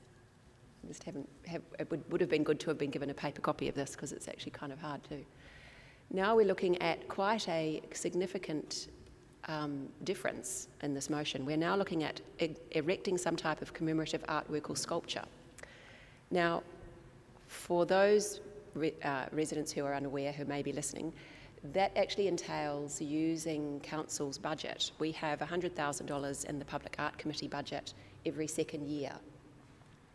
Now, as much as this particular acknowledgement, I'm sure, is very worthy, we currently already have an Aboriginal artwork in place as part of our Public Art Master Plan for the Waverly Pavilion, as part of the Waverly Pavilion works. And it's something that we're currently, I believe, Cultural Services is currently working with the La Perouse Land Council on developing the plan for that sculpture or artwork. So it may be appropriate to combine the two things. It may not. That may not be the best location. However, I am not speaking against the motion. I'm just saying, I'm just wondering whether we should just amend the motion to suggest, to make it more open, clause 2 more open, to say commits to commemorating the First Nation people's frontier wars by erecting some type of commemoration, or some type of appropriate commemoration, whether that is a plaque or artwork or sculpture.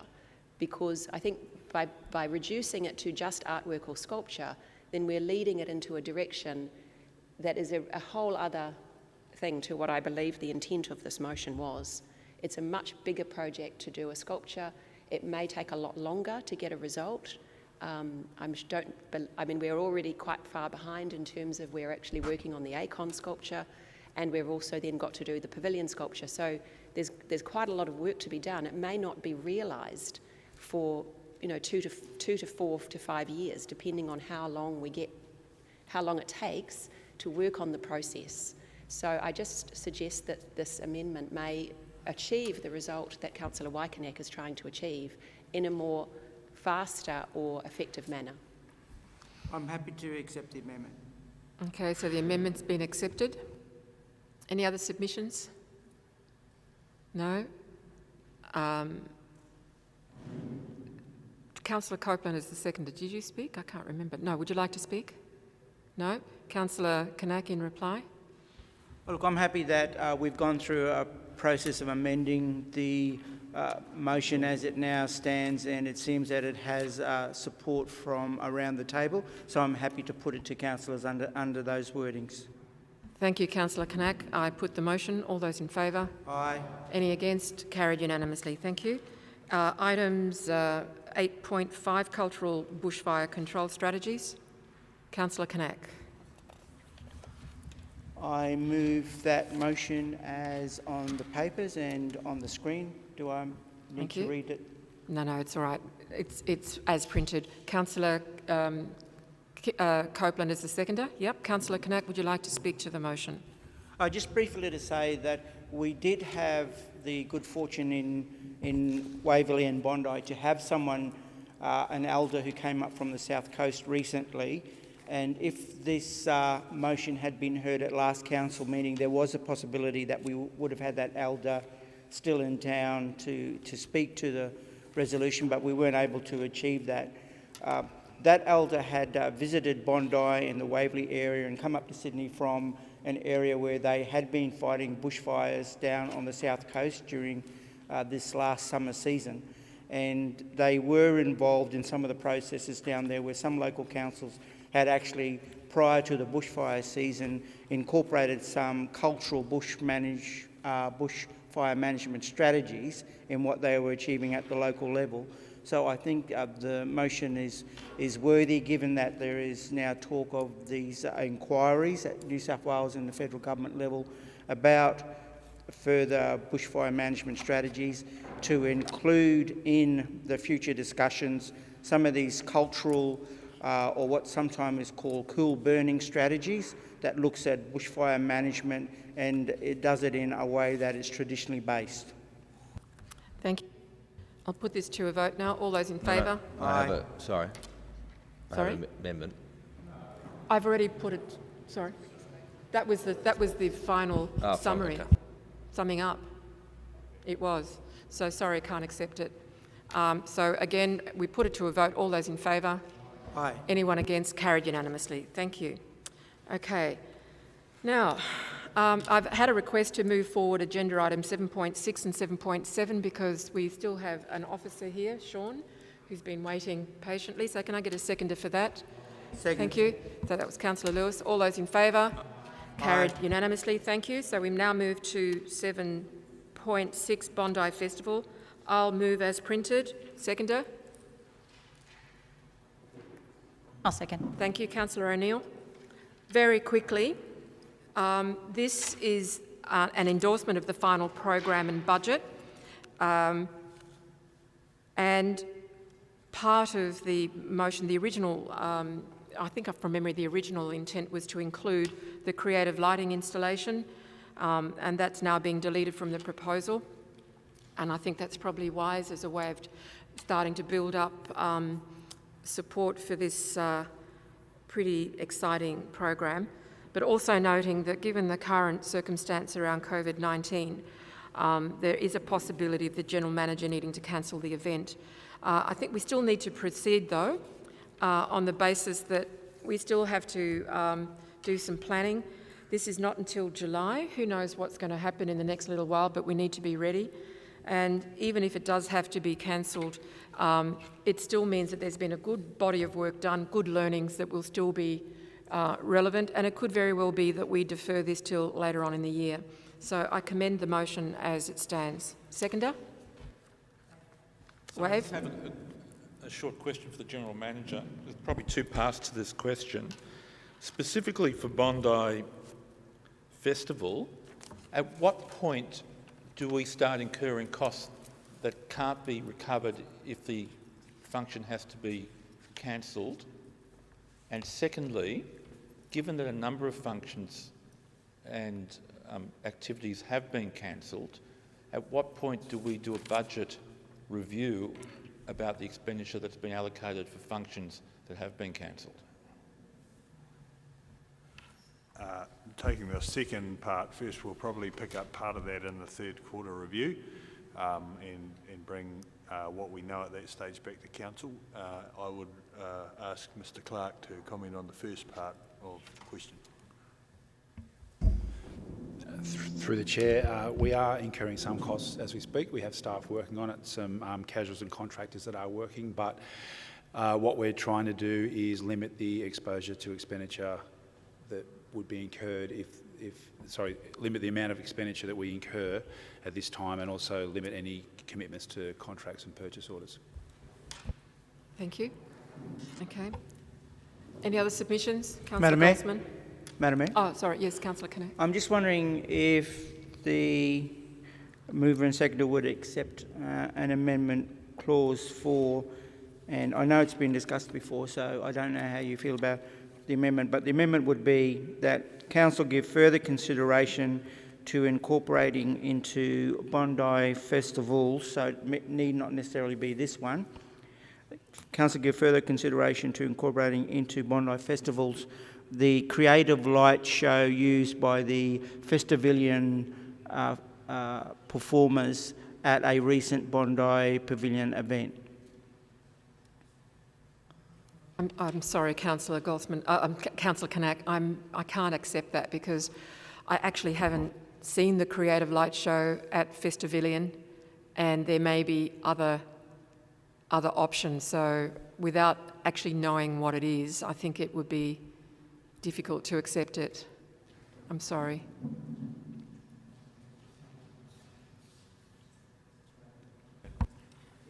Sorry. At the suggestion of colleagues, then I'll withdraw that particular amendment and maybe just signal to you, Madam Mayor and councillors, that I would put a specific motion to that effect at a future council meeting. Okay, thank you. Then it can be better explained. Thank you, Councillor Kanak. Yes, Councillor Goldsman. Yeah, I'm just going to actually. First, I'm going to speak. In principle, I support this. I think it's a great initiative, great opportunity to bring the community closer together.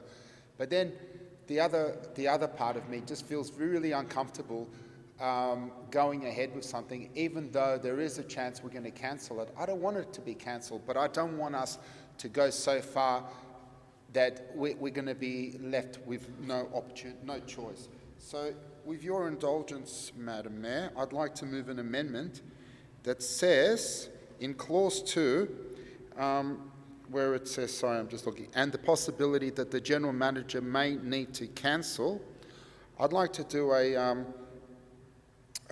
right after that, cancel and/or postpone the event. I'd rather than cancelling, why not just postpone it? Any other submissions?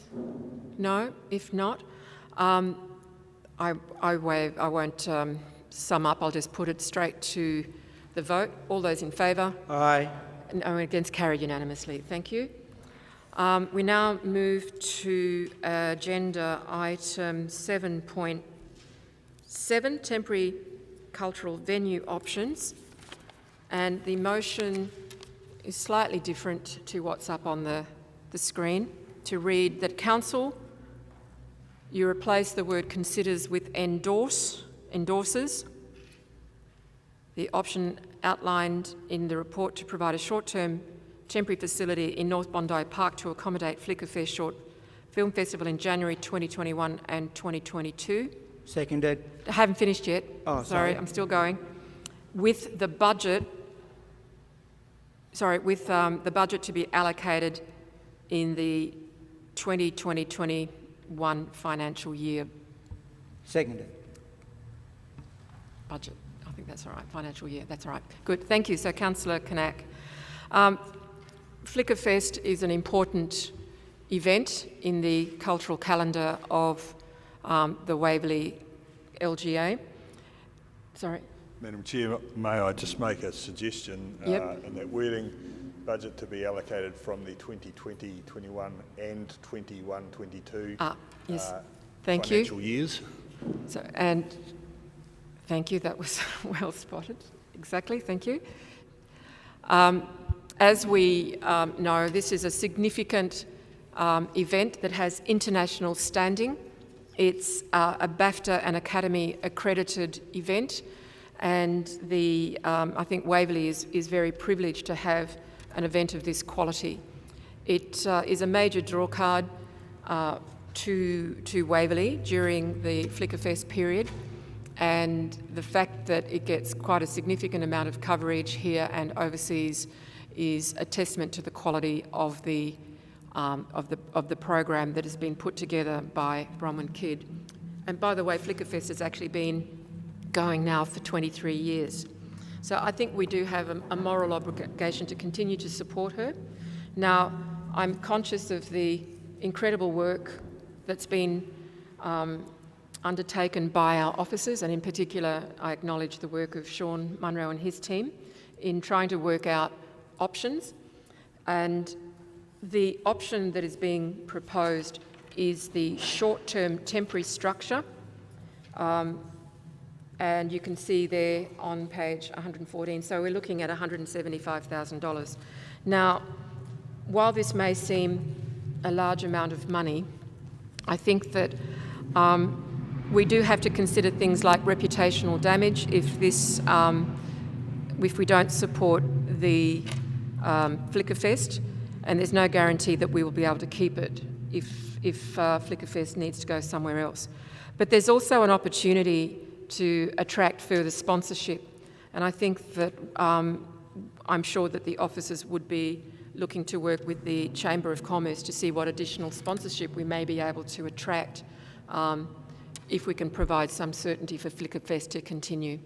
So I commend the motion as it is amended up on the screen. Seconder? Mr. Reserve. Thank you. Any submissions? No? Councillor Burrell? Yes. Madam Mayor, this recommendation is actually against what the council officers recommended, so I'm a bit shocked that you would go out on a limb like this. I mean, it's going to be extremely expensive for council to fund building a temporary facility for this particular event, which only lasts for a very short time.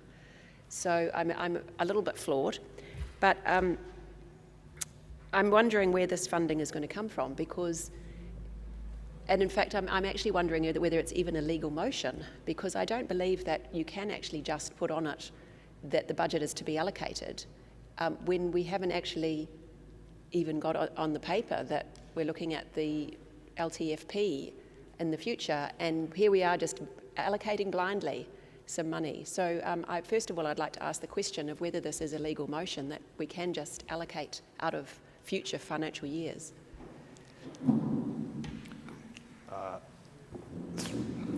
Through you, Madam Mayor, based on... Can you talk to the microphone, please? Based on advice, not in relation to this item, but in relation to the general principle, we believe it is lawful for council to make decisions to make specific budget allocations within future years. Thank you. So if I may continue, Madam Mayor, I'm a bit shocked that we can do that, but anyhow, that seems to be very irresponsible. I would move a foreshadowed motion to suggest that we don't endorse, I'm actually not going to, by the way, that we don't support this item, but given that the Mayor and her colleagues are likely to vote for this, I'm actually just going to move an amendment. And my amendment is to add after that council and put in a clause 1 and move it from endorses into clause 2. Sorry, I don't understand. We're getting there. I'm just waiting for the guys. So put clause 1 is that council searches, sorry, just let me find my wording, hold on. My phone has decided to lock on me and do something very odd.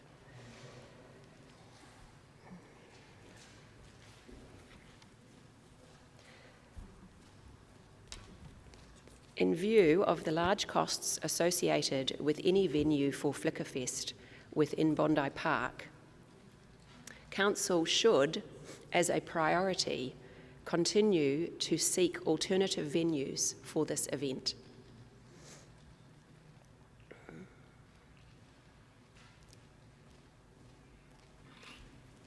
In front of number 2, should an alternative venue not become available,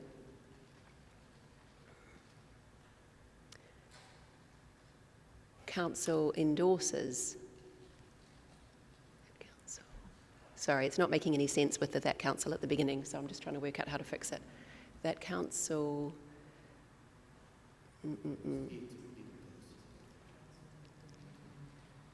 Yes, thank you. That's right. That Council in view of. Sorry, and it was in Bondi Park.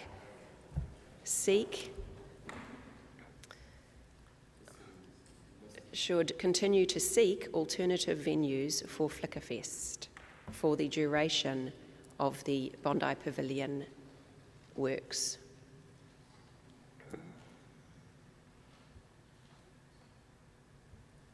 Continue to seek alternative venues for this event for the duration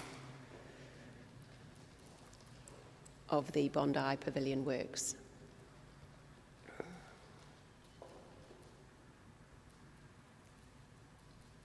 Okay, have you finished now? Yes, yeah, well, I'm not accepting the amendment. Then I'd like to move it formally. And I'll second it. Councillor Goldsman, you want to speak to it?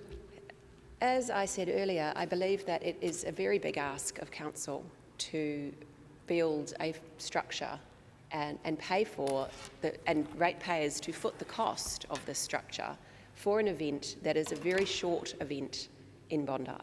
Yes, I agree with Councillor Massalos's comments that it is an important event. However, we are only talking about the duration of the Bondi Pavilion works. We are not talking about it forever. So we're spending a huge amount of money, of which we don't actually know, and we're committing to spending it, by the way. It's completely open-ended here. We don't know how much we're going to be spending. This is not an investigation, as a previous motion suggested. It's not an investigation. This is an open checkbook to spend as much money as you like in a future budget for an event that is only going to occur for a very, very short period of time.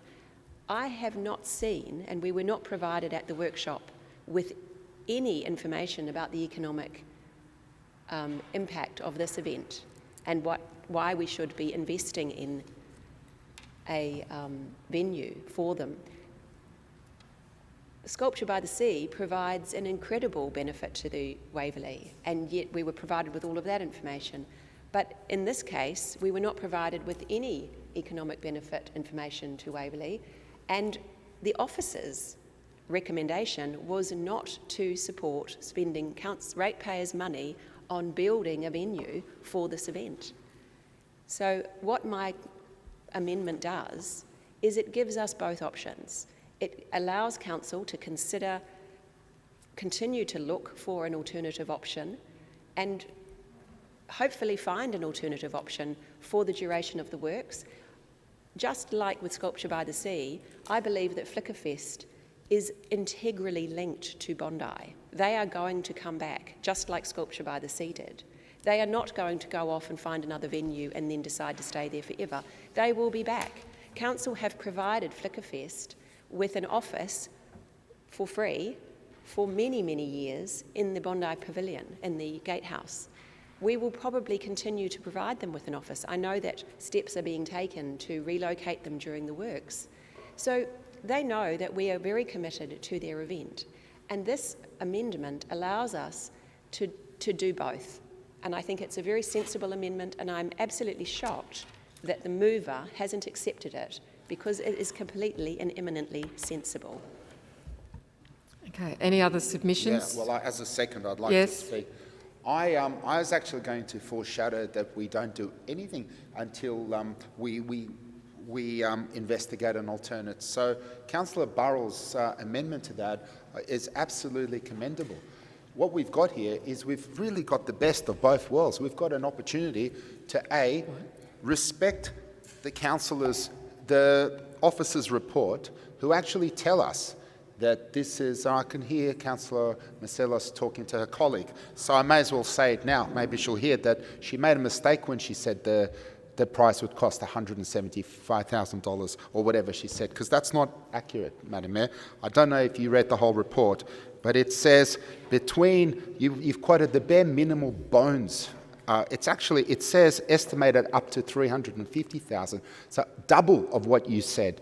So, Madam Mayor, I suggest you have a read at the report.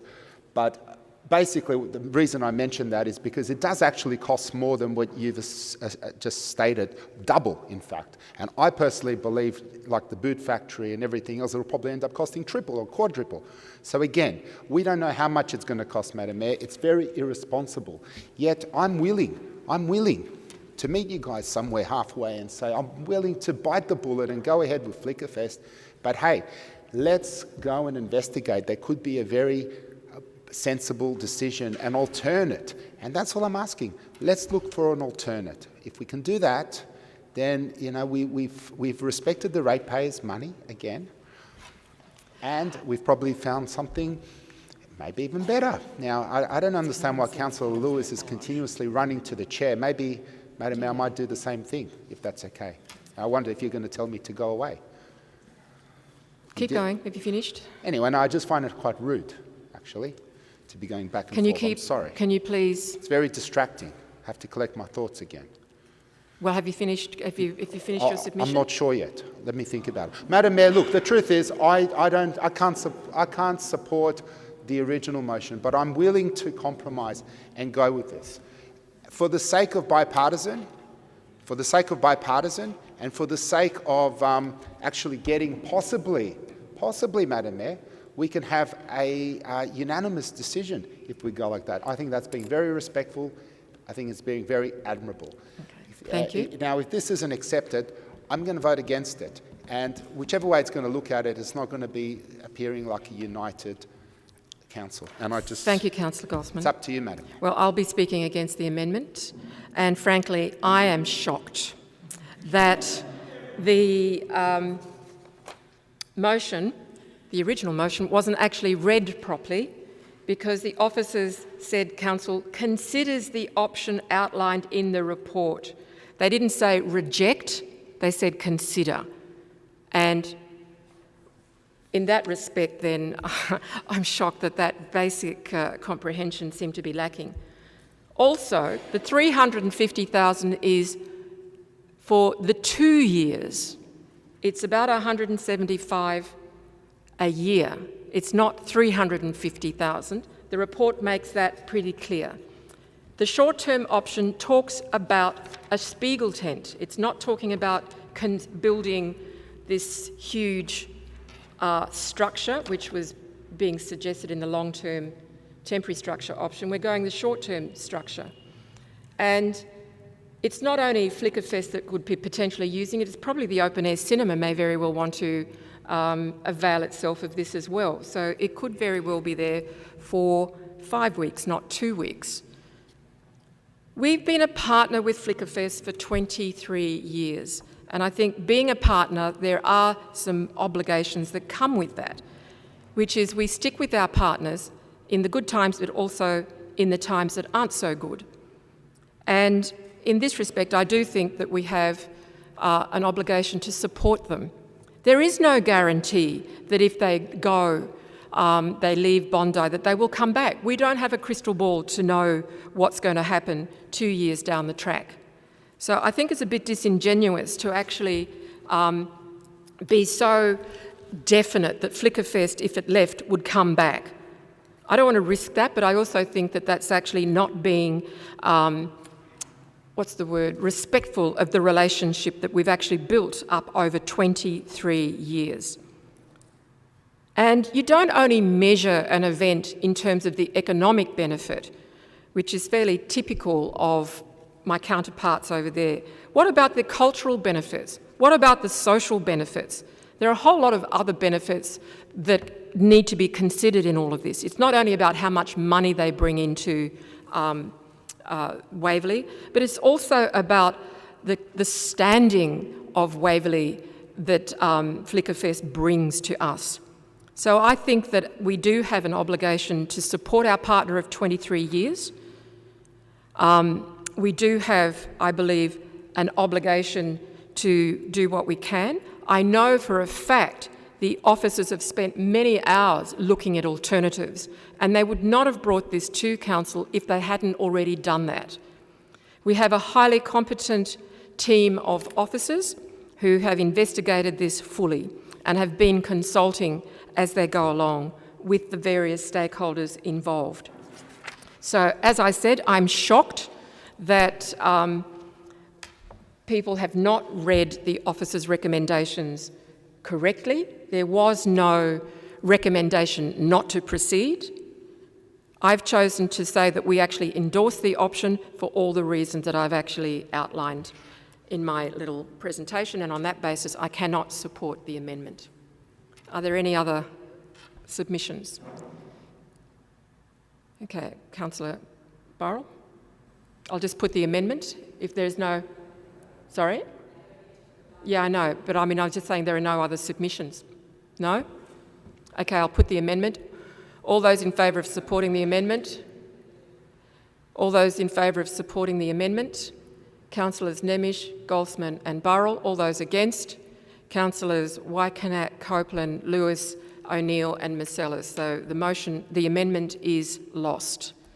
So we go back to the substantive motion. Are there any other submissions? Yes, I have an amendment. If we can just scroll up. Thank you. So my amendment will be around the budget allocations. So perhaps some assistance from governance as to best phrase this, but I think that the money should come out of the Bondi Pavilion Restoration Project.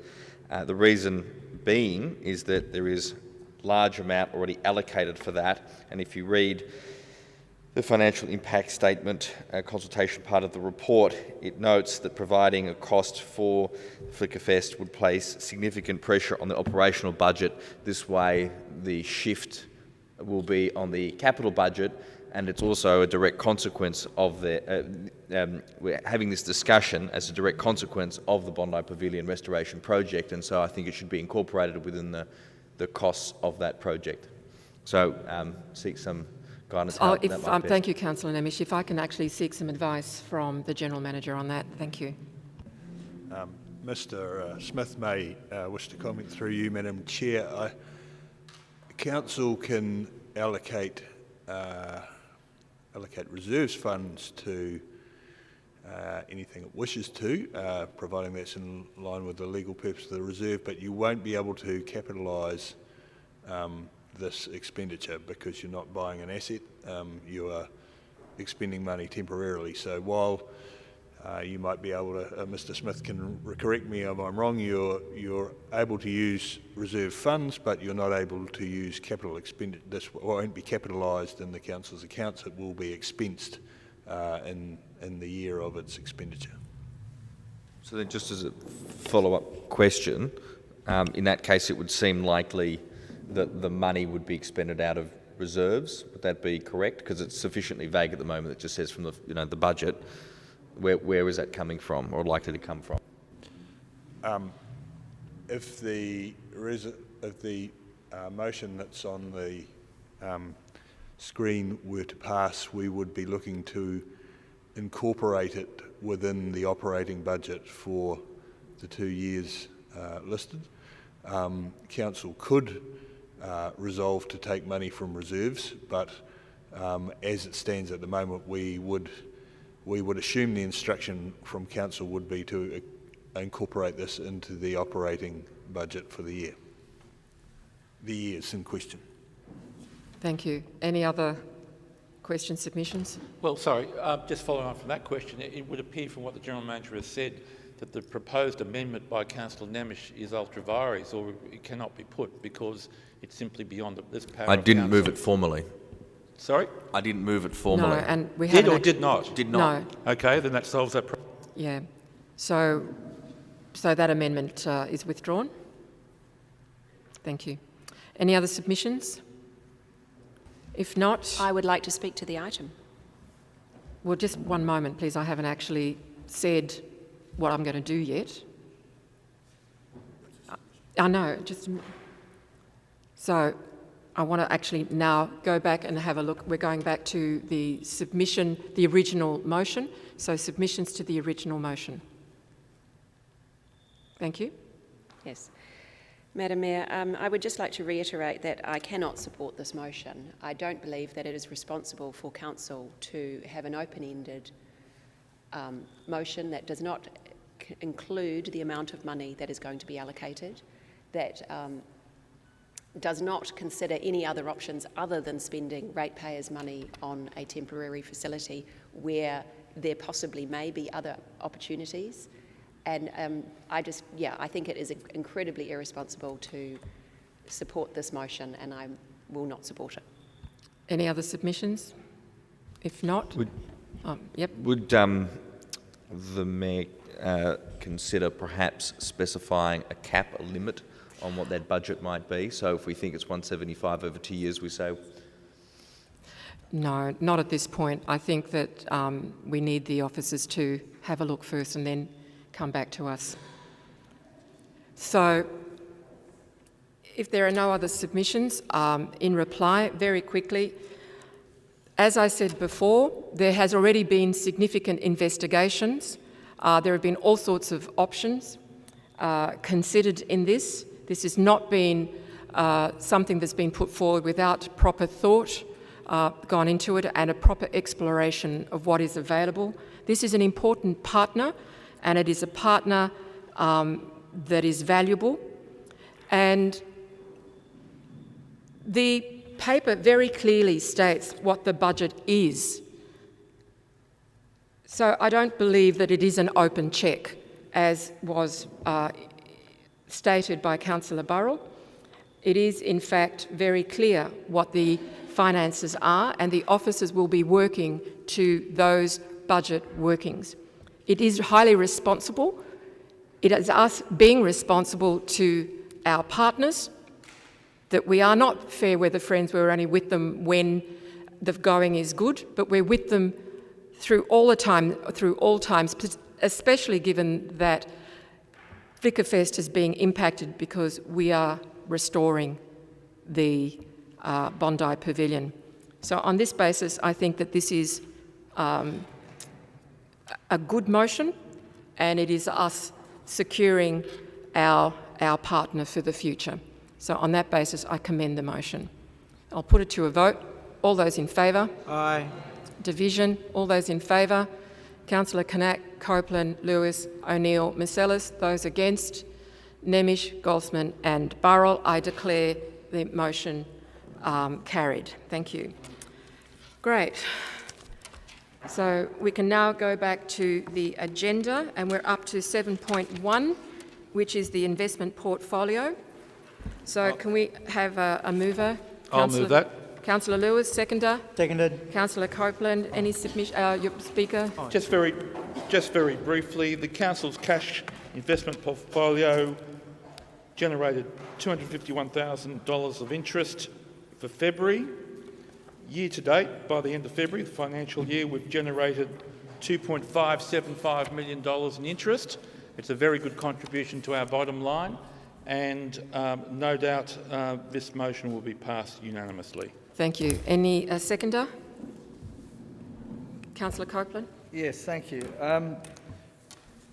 As I've done in the past, I isolate the ADIs that are fossil fuel based.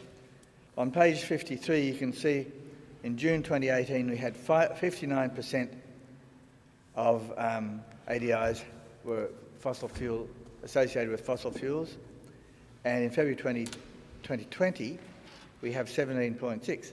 So it's down 25%, which is quite good. However, I'd like to ask a question of the Director of Finance.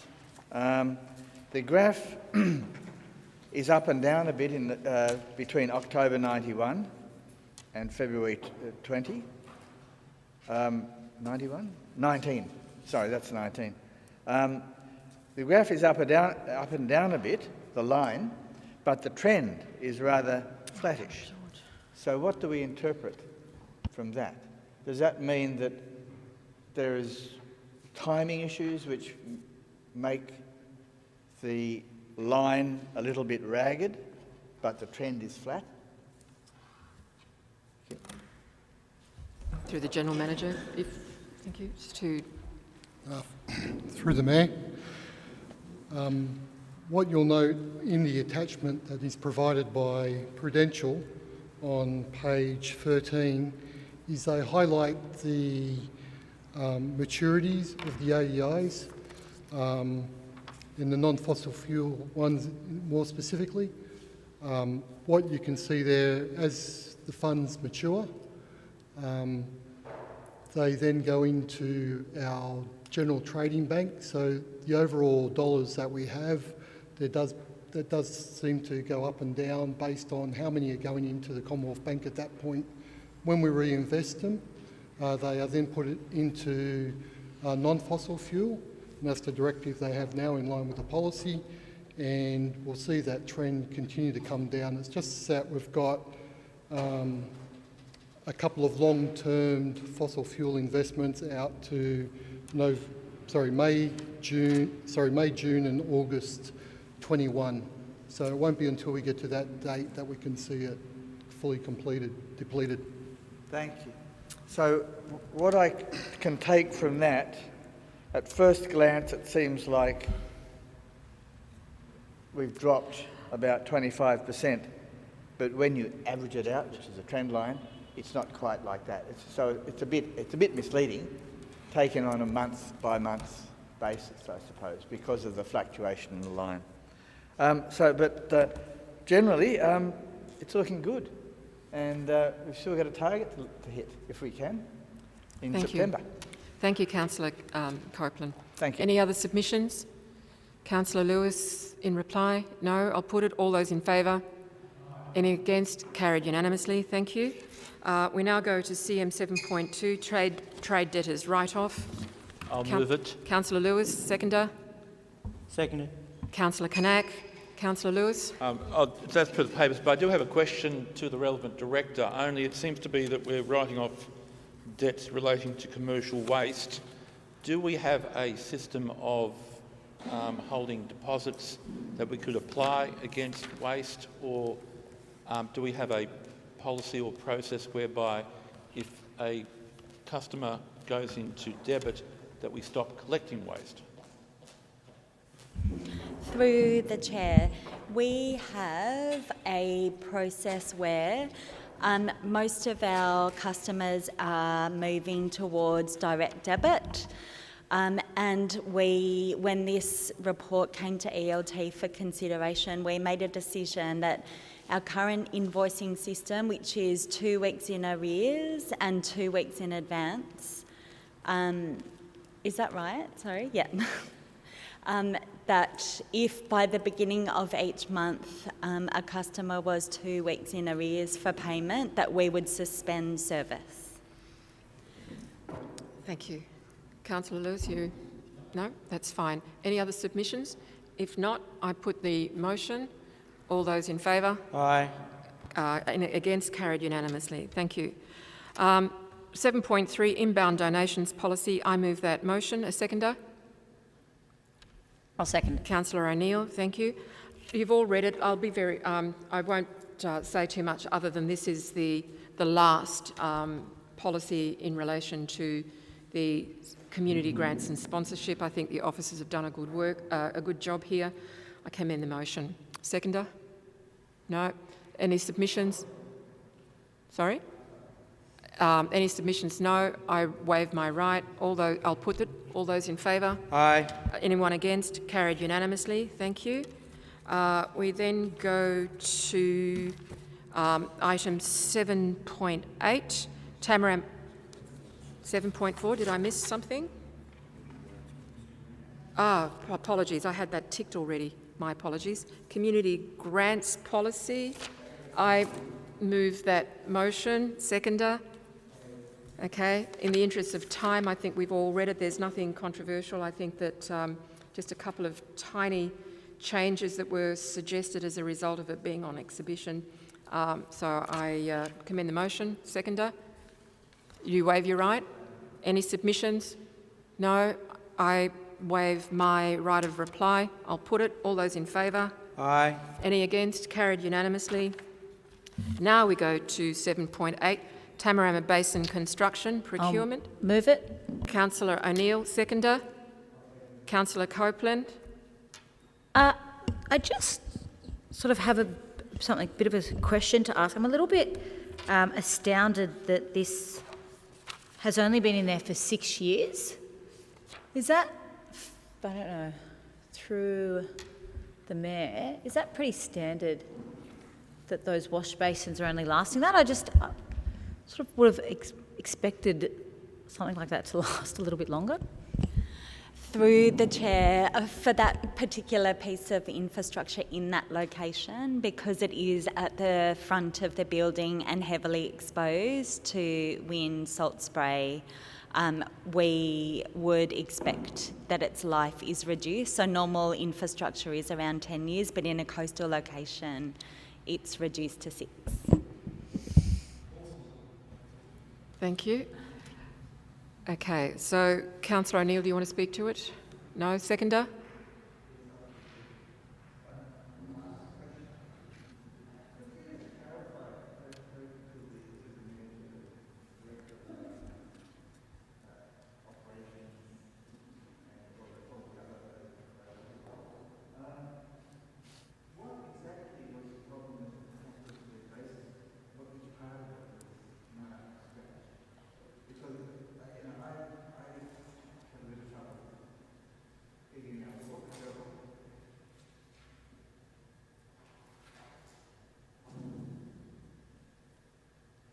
Through the chair, I actually don't know that level of detail. I have just been told by officers that due to the corrosive environment, it's at the end of its life and needs replacement. But I will follow that up for you. So I have a question to the Director through the GM. Is it possible to consider other types of material that will be a little less reactive to the corrosive environment? Because if we're going to keep changing this every 6 years, it seems like a bit of a waste of money. Councillor Lewis is suggesting porcelain, so thank you. So through the chair, as we know, this project had quite an intensive design consultation with community where we made commitments around various infrastructure types. So in terms of design layout, we wouldn't propose to make changes, but we absolutely will ensure that whatever asset we're replacing it with will maximise the asset life. So I'm happy to look into porcelain or things like stainless steel. Thank you. Any other submissions? Councillor Lewis? Councillor Burrell's left. I was just going to say, you don't get much more local than this motion. I recommend that we pass it quickly and move on. Thank you. Councillor, any other submissions? No. Councillor O'Neill? No.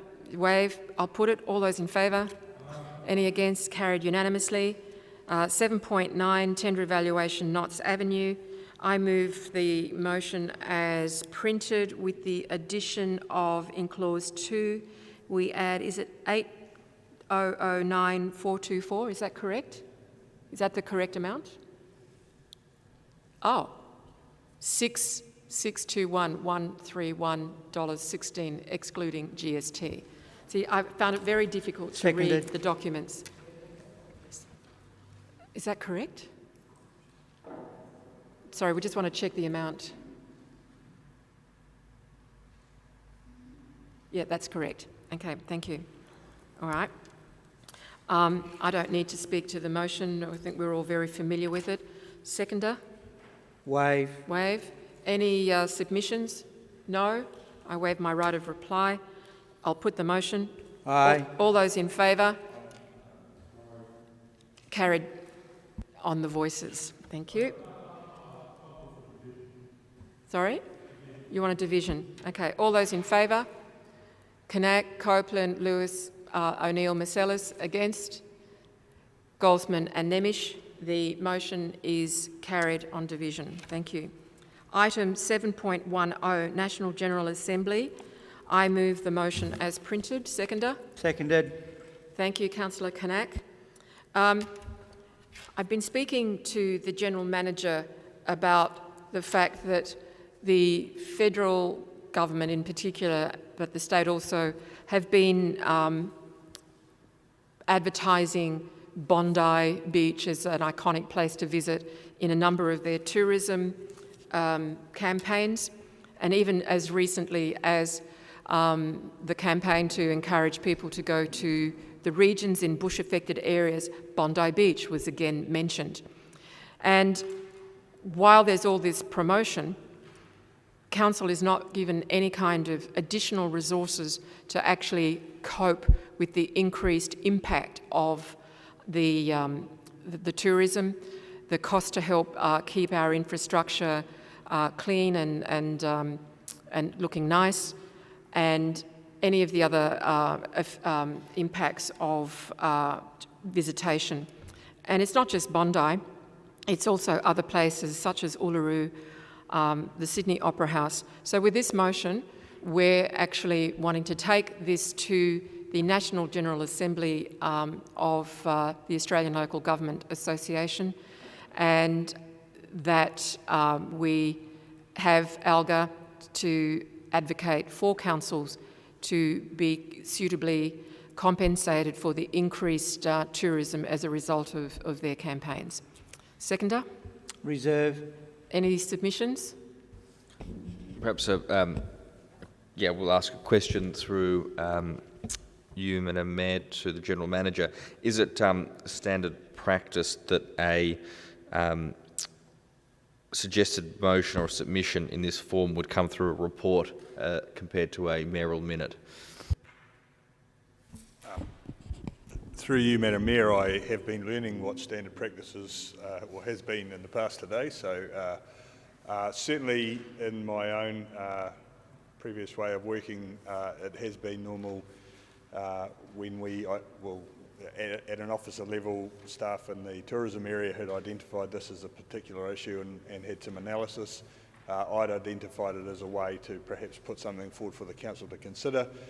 When I raised that or discussed it with the mayor to say that we were thinking of bringing something forward, the mayor has already outlined she had some ideas as well. So I understand that in the past it may have been practice here to have this adopted as a mayoral minute. A councillor raised that with me today. So I certainly didn't mean to cut across previous practice, and would have been happy for it to be a mayoral minute, but put it forward as an officer report. So, yeah. So happy to speak in favour. In terms of the sentiment, I think we should endorse such a proposal, but perhaps suggest in future that it comes through as a mayoral minute and not necessarily an officer's recommendation in such a way, which is asking council to be, I think, inherently political, but, as I said, endorse the sentiment therein. Thank you, Councillor Nemish. Any other submissions? Councillor Knack.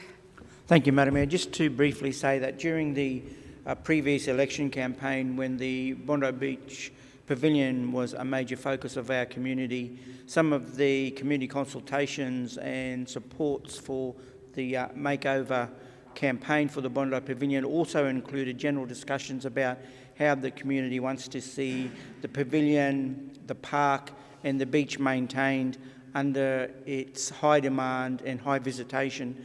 And this, the substance of this resolution, this recommendation, was part of that community discussion.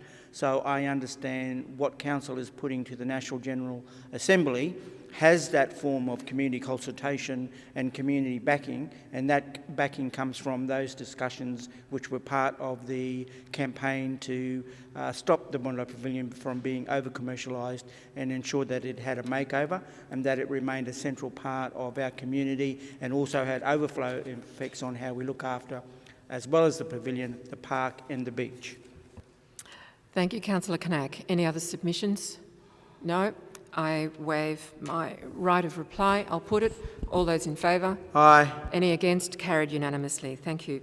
We now come to 8.7, Waverley Cenotaph Battle of Crete. Councillor Lewis. Just give me one moment. 8.7.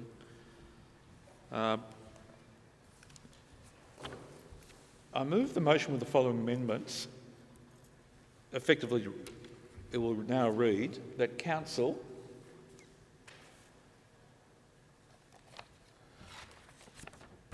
one,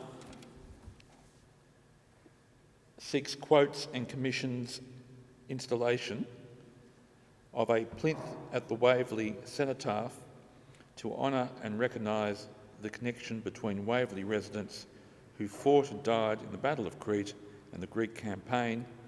2, identifies potential costings, a suitable budget source and sponsorship for the cost of the fabrication and installation of the plinth. Seconder. Councillor Knack, thank you. Just Councillor very Lewis. briefly, given the hour, a lot of research work has been done into the involvement of Waverley residents in one of the very important battles of World War II, the Battle of Crete and the Greek campaign overall. As you all will know as students of history, Australian soldiers held the line against the Nazi forces, but unfortunately were overwhelmed. Many were captured, some escaped. But the Battle of Crete was a very important part of the early stages of World War II. This research has discovered that a number of residents from Waverley fought, and unfortunately a number died in those battles. And I know from discussions with the Greek community in Waverley and other interested parties that it's been overlooked that we haven't properly commemorated the involvement of Australian servicemen and in particular local residents in this important campaign. And this is an opportunity for us to do so now, albeit some years after the battle, but certainly a way in which we can remember the memory of those who fought and died in those important battles. Thank you, Councillor Lewis. Councillor Knack? Any submissions? Councillor? Yeah, just wondering if Councillor Lewis would be amenable to a slight amendment in line with the General Manager's comments, such that the amendment would be installation of a plinth within the Memorial Garden area in Waverley Park to honour and recognise. It just... It's acceptable. Okay. Thank you. Any other submissions? Just want to add that the North Bondi RSL, the Bondi Junction RSL and the Bronte RSL are all supporting this, this motion. Any other submissions? Councillor Lewis? No? I'll put Madam Mayor? Yes? Just very quickly, the monument, remembrance monument down at North Bondi RSL actually has a quote from Captain Reg Saunders, who was one of the first Aboriginal commissioned officers, and it's a quote that comes from that officer during the context and placing of himself in relation to this particular Battle of Crete.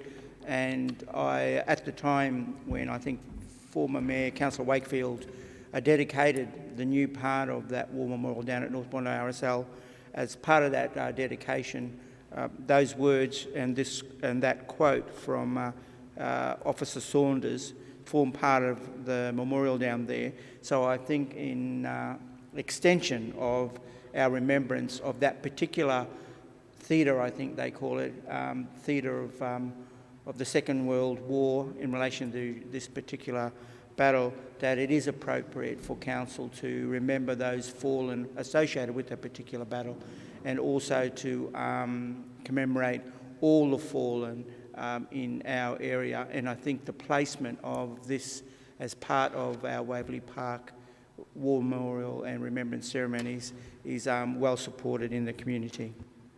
Thank you, Councillor Knack. Okay, I'll put the motion. All those in favour? Aye. Any against? Carried. Thank you. there are no questions with notice. We now turn to urgent business. There is an item, 10.1, General Manager's delegation. I move that this motion, I move the motion. Seconder? Councillor Lewis. Oh, sorry. Okay. I haven't done one of these before. So what do I have to do? I have to move to consider this particular item as urgent. Yep. I have a seconder. Councillor Lewis, thank you. And the reason it is urgent is because we need to act on this now, given that it relates to the COVID-19 situation. Is that correct? Yes. Thank you. Through you, Madam Mayor, if the council wishes to consider it, yes, it does allow me to particularly deal with tenders more readily if we are limited in our ability to meet in the coming weeks. That is the main adjustments, and to deal with tender exemptions as well up to the maximum legal level. Thank you. So we need to vote on the urgency. All those in favour? Any against? No. Carried unanimously. So we now have I move, and Councillor Lewis seconds the motion. In addition to what the General Manager is saying, I also note that the legislation allows a delegation of up to 250,000, and I gather that the sort of procurements we're looking at, that would be a reasonable amount. But if I can ask the General Manager to speak a bit more on this. I think, Madam Chair, the 250,000 is a limit at which tenders must be done above. You're actually delegating me to ability to accept up to? No, above that, but up to 250 I can do tender exemptions. That's right. Yeah. That's right. So it's up to 250,000. Is that correct? For tender exemptions. For tender exemptions, yeah. No, not for tenders. Yes. Sorry, yes. Through you, Madam Mayor, just to be clear, the threshold at which council has to seek tenders is 250,000. The other matter is in relation to exemptions within our procurement policy for matters under the tender threshold. Yeah. So the policy says that we need to get so many quotes for certain value of works, and this relates to the ability of the General Manager to approve those exemptions. Council has previously given the General Manager authority to approve exemptions up to 50,000. We're asking that that be increased up to the tender threshold up to 250,000 to cover that gap. Mm-hmm. And I also understand it's coming up for review in December 2020, so it's not an open-ended delegation. Any other submissions? Queries? Okay. Seconder, do you want to speak? No? I wait. Councillor Nemish? Yeah, just in terms of the time, in relation to this, the time stamp or date stamp being December, obviously it's a rapid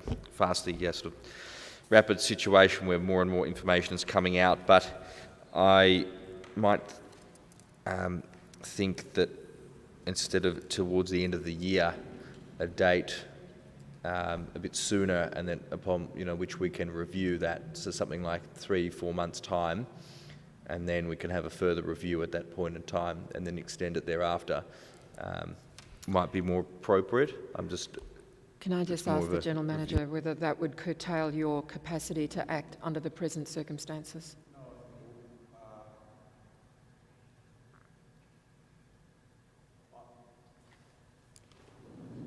I think, through you, Madam Mayor, if you had words like with a review to be carried out in August 2020, so long as circumstances permitted, so it didn't get curtailed then if we were in a situation where we were having difficulty meeting, but I agree with the intent. Mm-hmm. So are we clear on that then? Reviews the December 2020, no, we say August 2020. I would prefer my amendment to actually make it May. For review of proviso, or maybe June, if that'd be more acceptable. I think August is, because we can leave it for, say, the rest of the year, but I think we have a bit of a stopgap halfway in between, just to see where things are up to. If we can't meet, then it can continue, run its course. But I think having a bit of a stopgap would be better governance for this council. Can I ask the General Manager if that's going to make it difficult? No, I'm just trying to get the wording Okay. that will be. Perhaps Council reviews the General Manager's delegations at June 2020 and again at December 2020. Okay, all right, and it's just a review, so that's fine. So I accept that. Yep. Okay, any other submissions? No, I waive my right. I'll put it. All those in favour? Aye. Any against? Carried unanimously. Thank you. Now, we're almost there. No, I've got an urgency motion as well I'd like to move, please. I'm about to move it. It's so urgent that Well, we have to determine whether it's urgent. Well, I so know. can you put it up? Thank you. Well, Madam Mayor, I was actually going to say, with your indulgence, rather than talking about it, it's only a couple of lines. Can I maybe just read what the motion would be, and then you can determine whether it's urgent or not? I think that's probably going to be easier, if that's okay. It's after 11 o'clock, so very quickly. That's why I've suggested this way, Madam Mayor. And it would be that Council closes the Bondi Junction Library at the earliest opportunity until 31st of March 2020 in order to minimise transmission of the coronavirus disease, especially for our seniors and at-risk residents. Sorry, can't accept that. And I'd like to explain why I think it's urgent. Councillor Goldsman, all right, very quickly, because you're taking up time. Madam Mayor. Please, I said if you can speak quickly, you're taking time, so can you please? I've asked you to speak to it, please, hurry up. But now you're interrupting.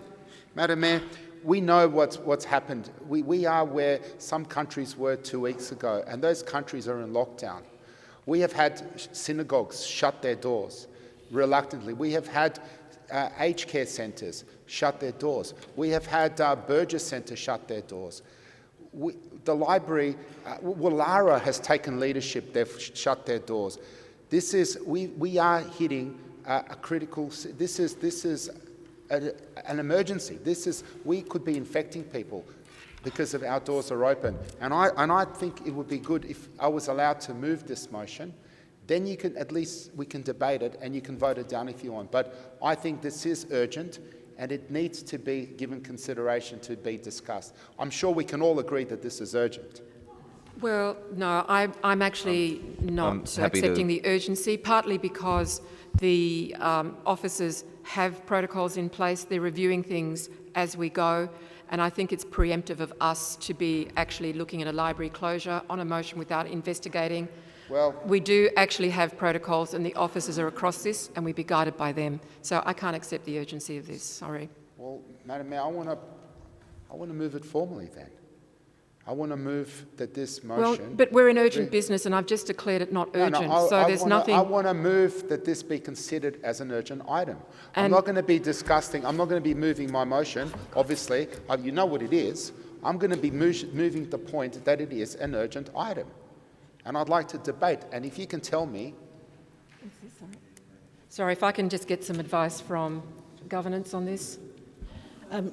Through you, Madam Mayor, our code of meeting practice requires for urgent business for the chair to determine that the matter is of an urgent nature, and then it gets, if the chair decides that, then it gets put to the meeting to vote on. So if the chair doesn't rule it as urgent, then it goes no further.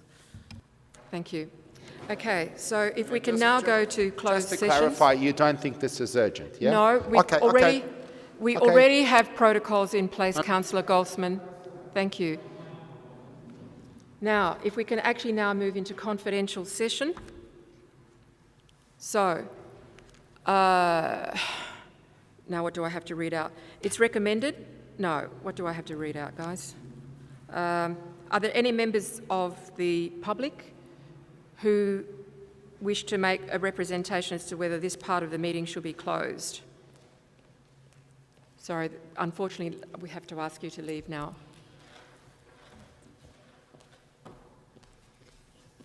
So if there are no submissions, then can I have a motion that council moves into closed session to deal with these matters? Moved. Councillor Lewis, seconder. Seconded. Councillor Nemish, all those in favour? Aye. Thank you. Carried.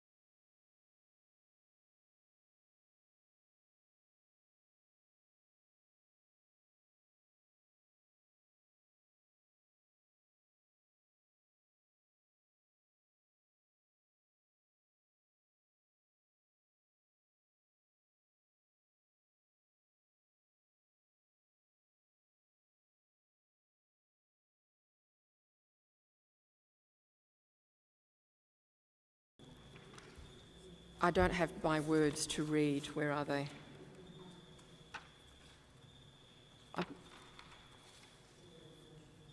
So I've just got to read out the motions? Okay. That for 11.1, confidential report, Bondi Pavilion, that Council treats this report as confidential in accordance with Section 11.3 of the Local Government Act 1993 as it relates to a matter specified in Section 10A2G of the Local Government Act 1993. The report contains advice concerning litigation or advice and would otherwise be privileged from production in legal proceedings on the ground of legal professional privilege. 2. Notes the various options contained in this report for the continued provision of food and beverage services to local residents and visitors during the closure of the Bondi Pavilion. 3. Endorses option C as detailed in this report for the provision of retail food and beverage offerings in Area 1 as indicated in Figure 1 in this report. 4. Delegates the General Manager the authority to consider and approve any suitable structure proposals that come forward from interested parties for food and beverage offerings, provided that, in the opinion of the General Manager, they add amenity to and are consistent with the food truck precinct concept, site dimensions and site constraints. 5. Endorses the creation of up to 8 temporary mobile vendor licences to allow food trucks or other approved operators to operate on the Bondi Pavilion forecourt and authorises the General Manager to finalise all necessary documentation. Notes the proposed installation of a temporary tourist information booth to be installed on the Bondi Pavilion forecourt for the duration of the building closure as indicated in Area 1 in Figure 1 of this report. 7.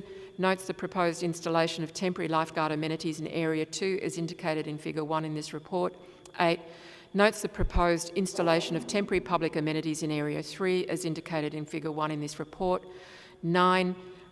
Notes the proposed installation of a temporary lifeguard observation tower and first aid room in Area 4 is indicated in Figure 1 of the report.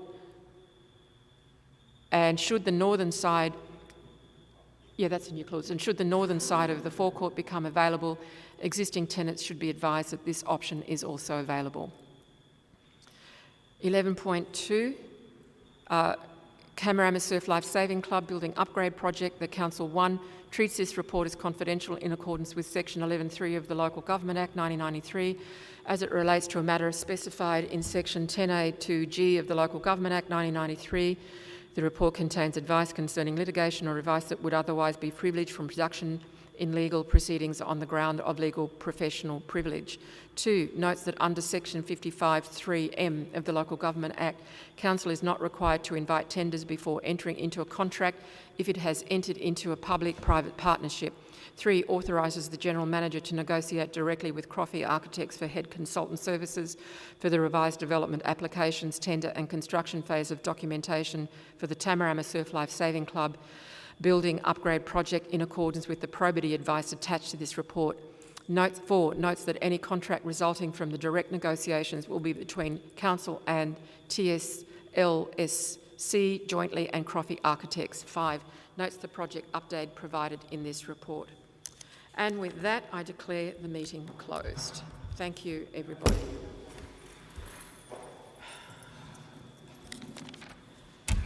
I did all right, given I've only had 3 hours sleep. I'm now going to be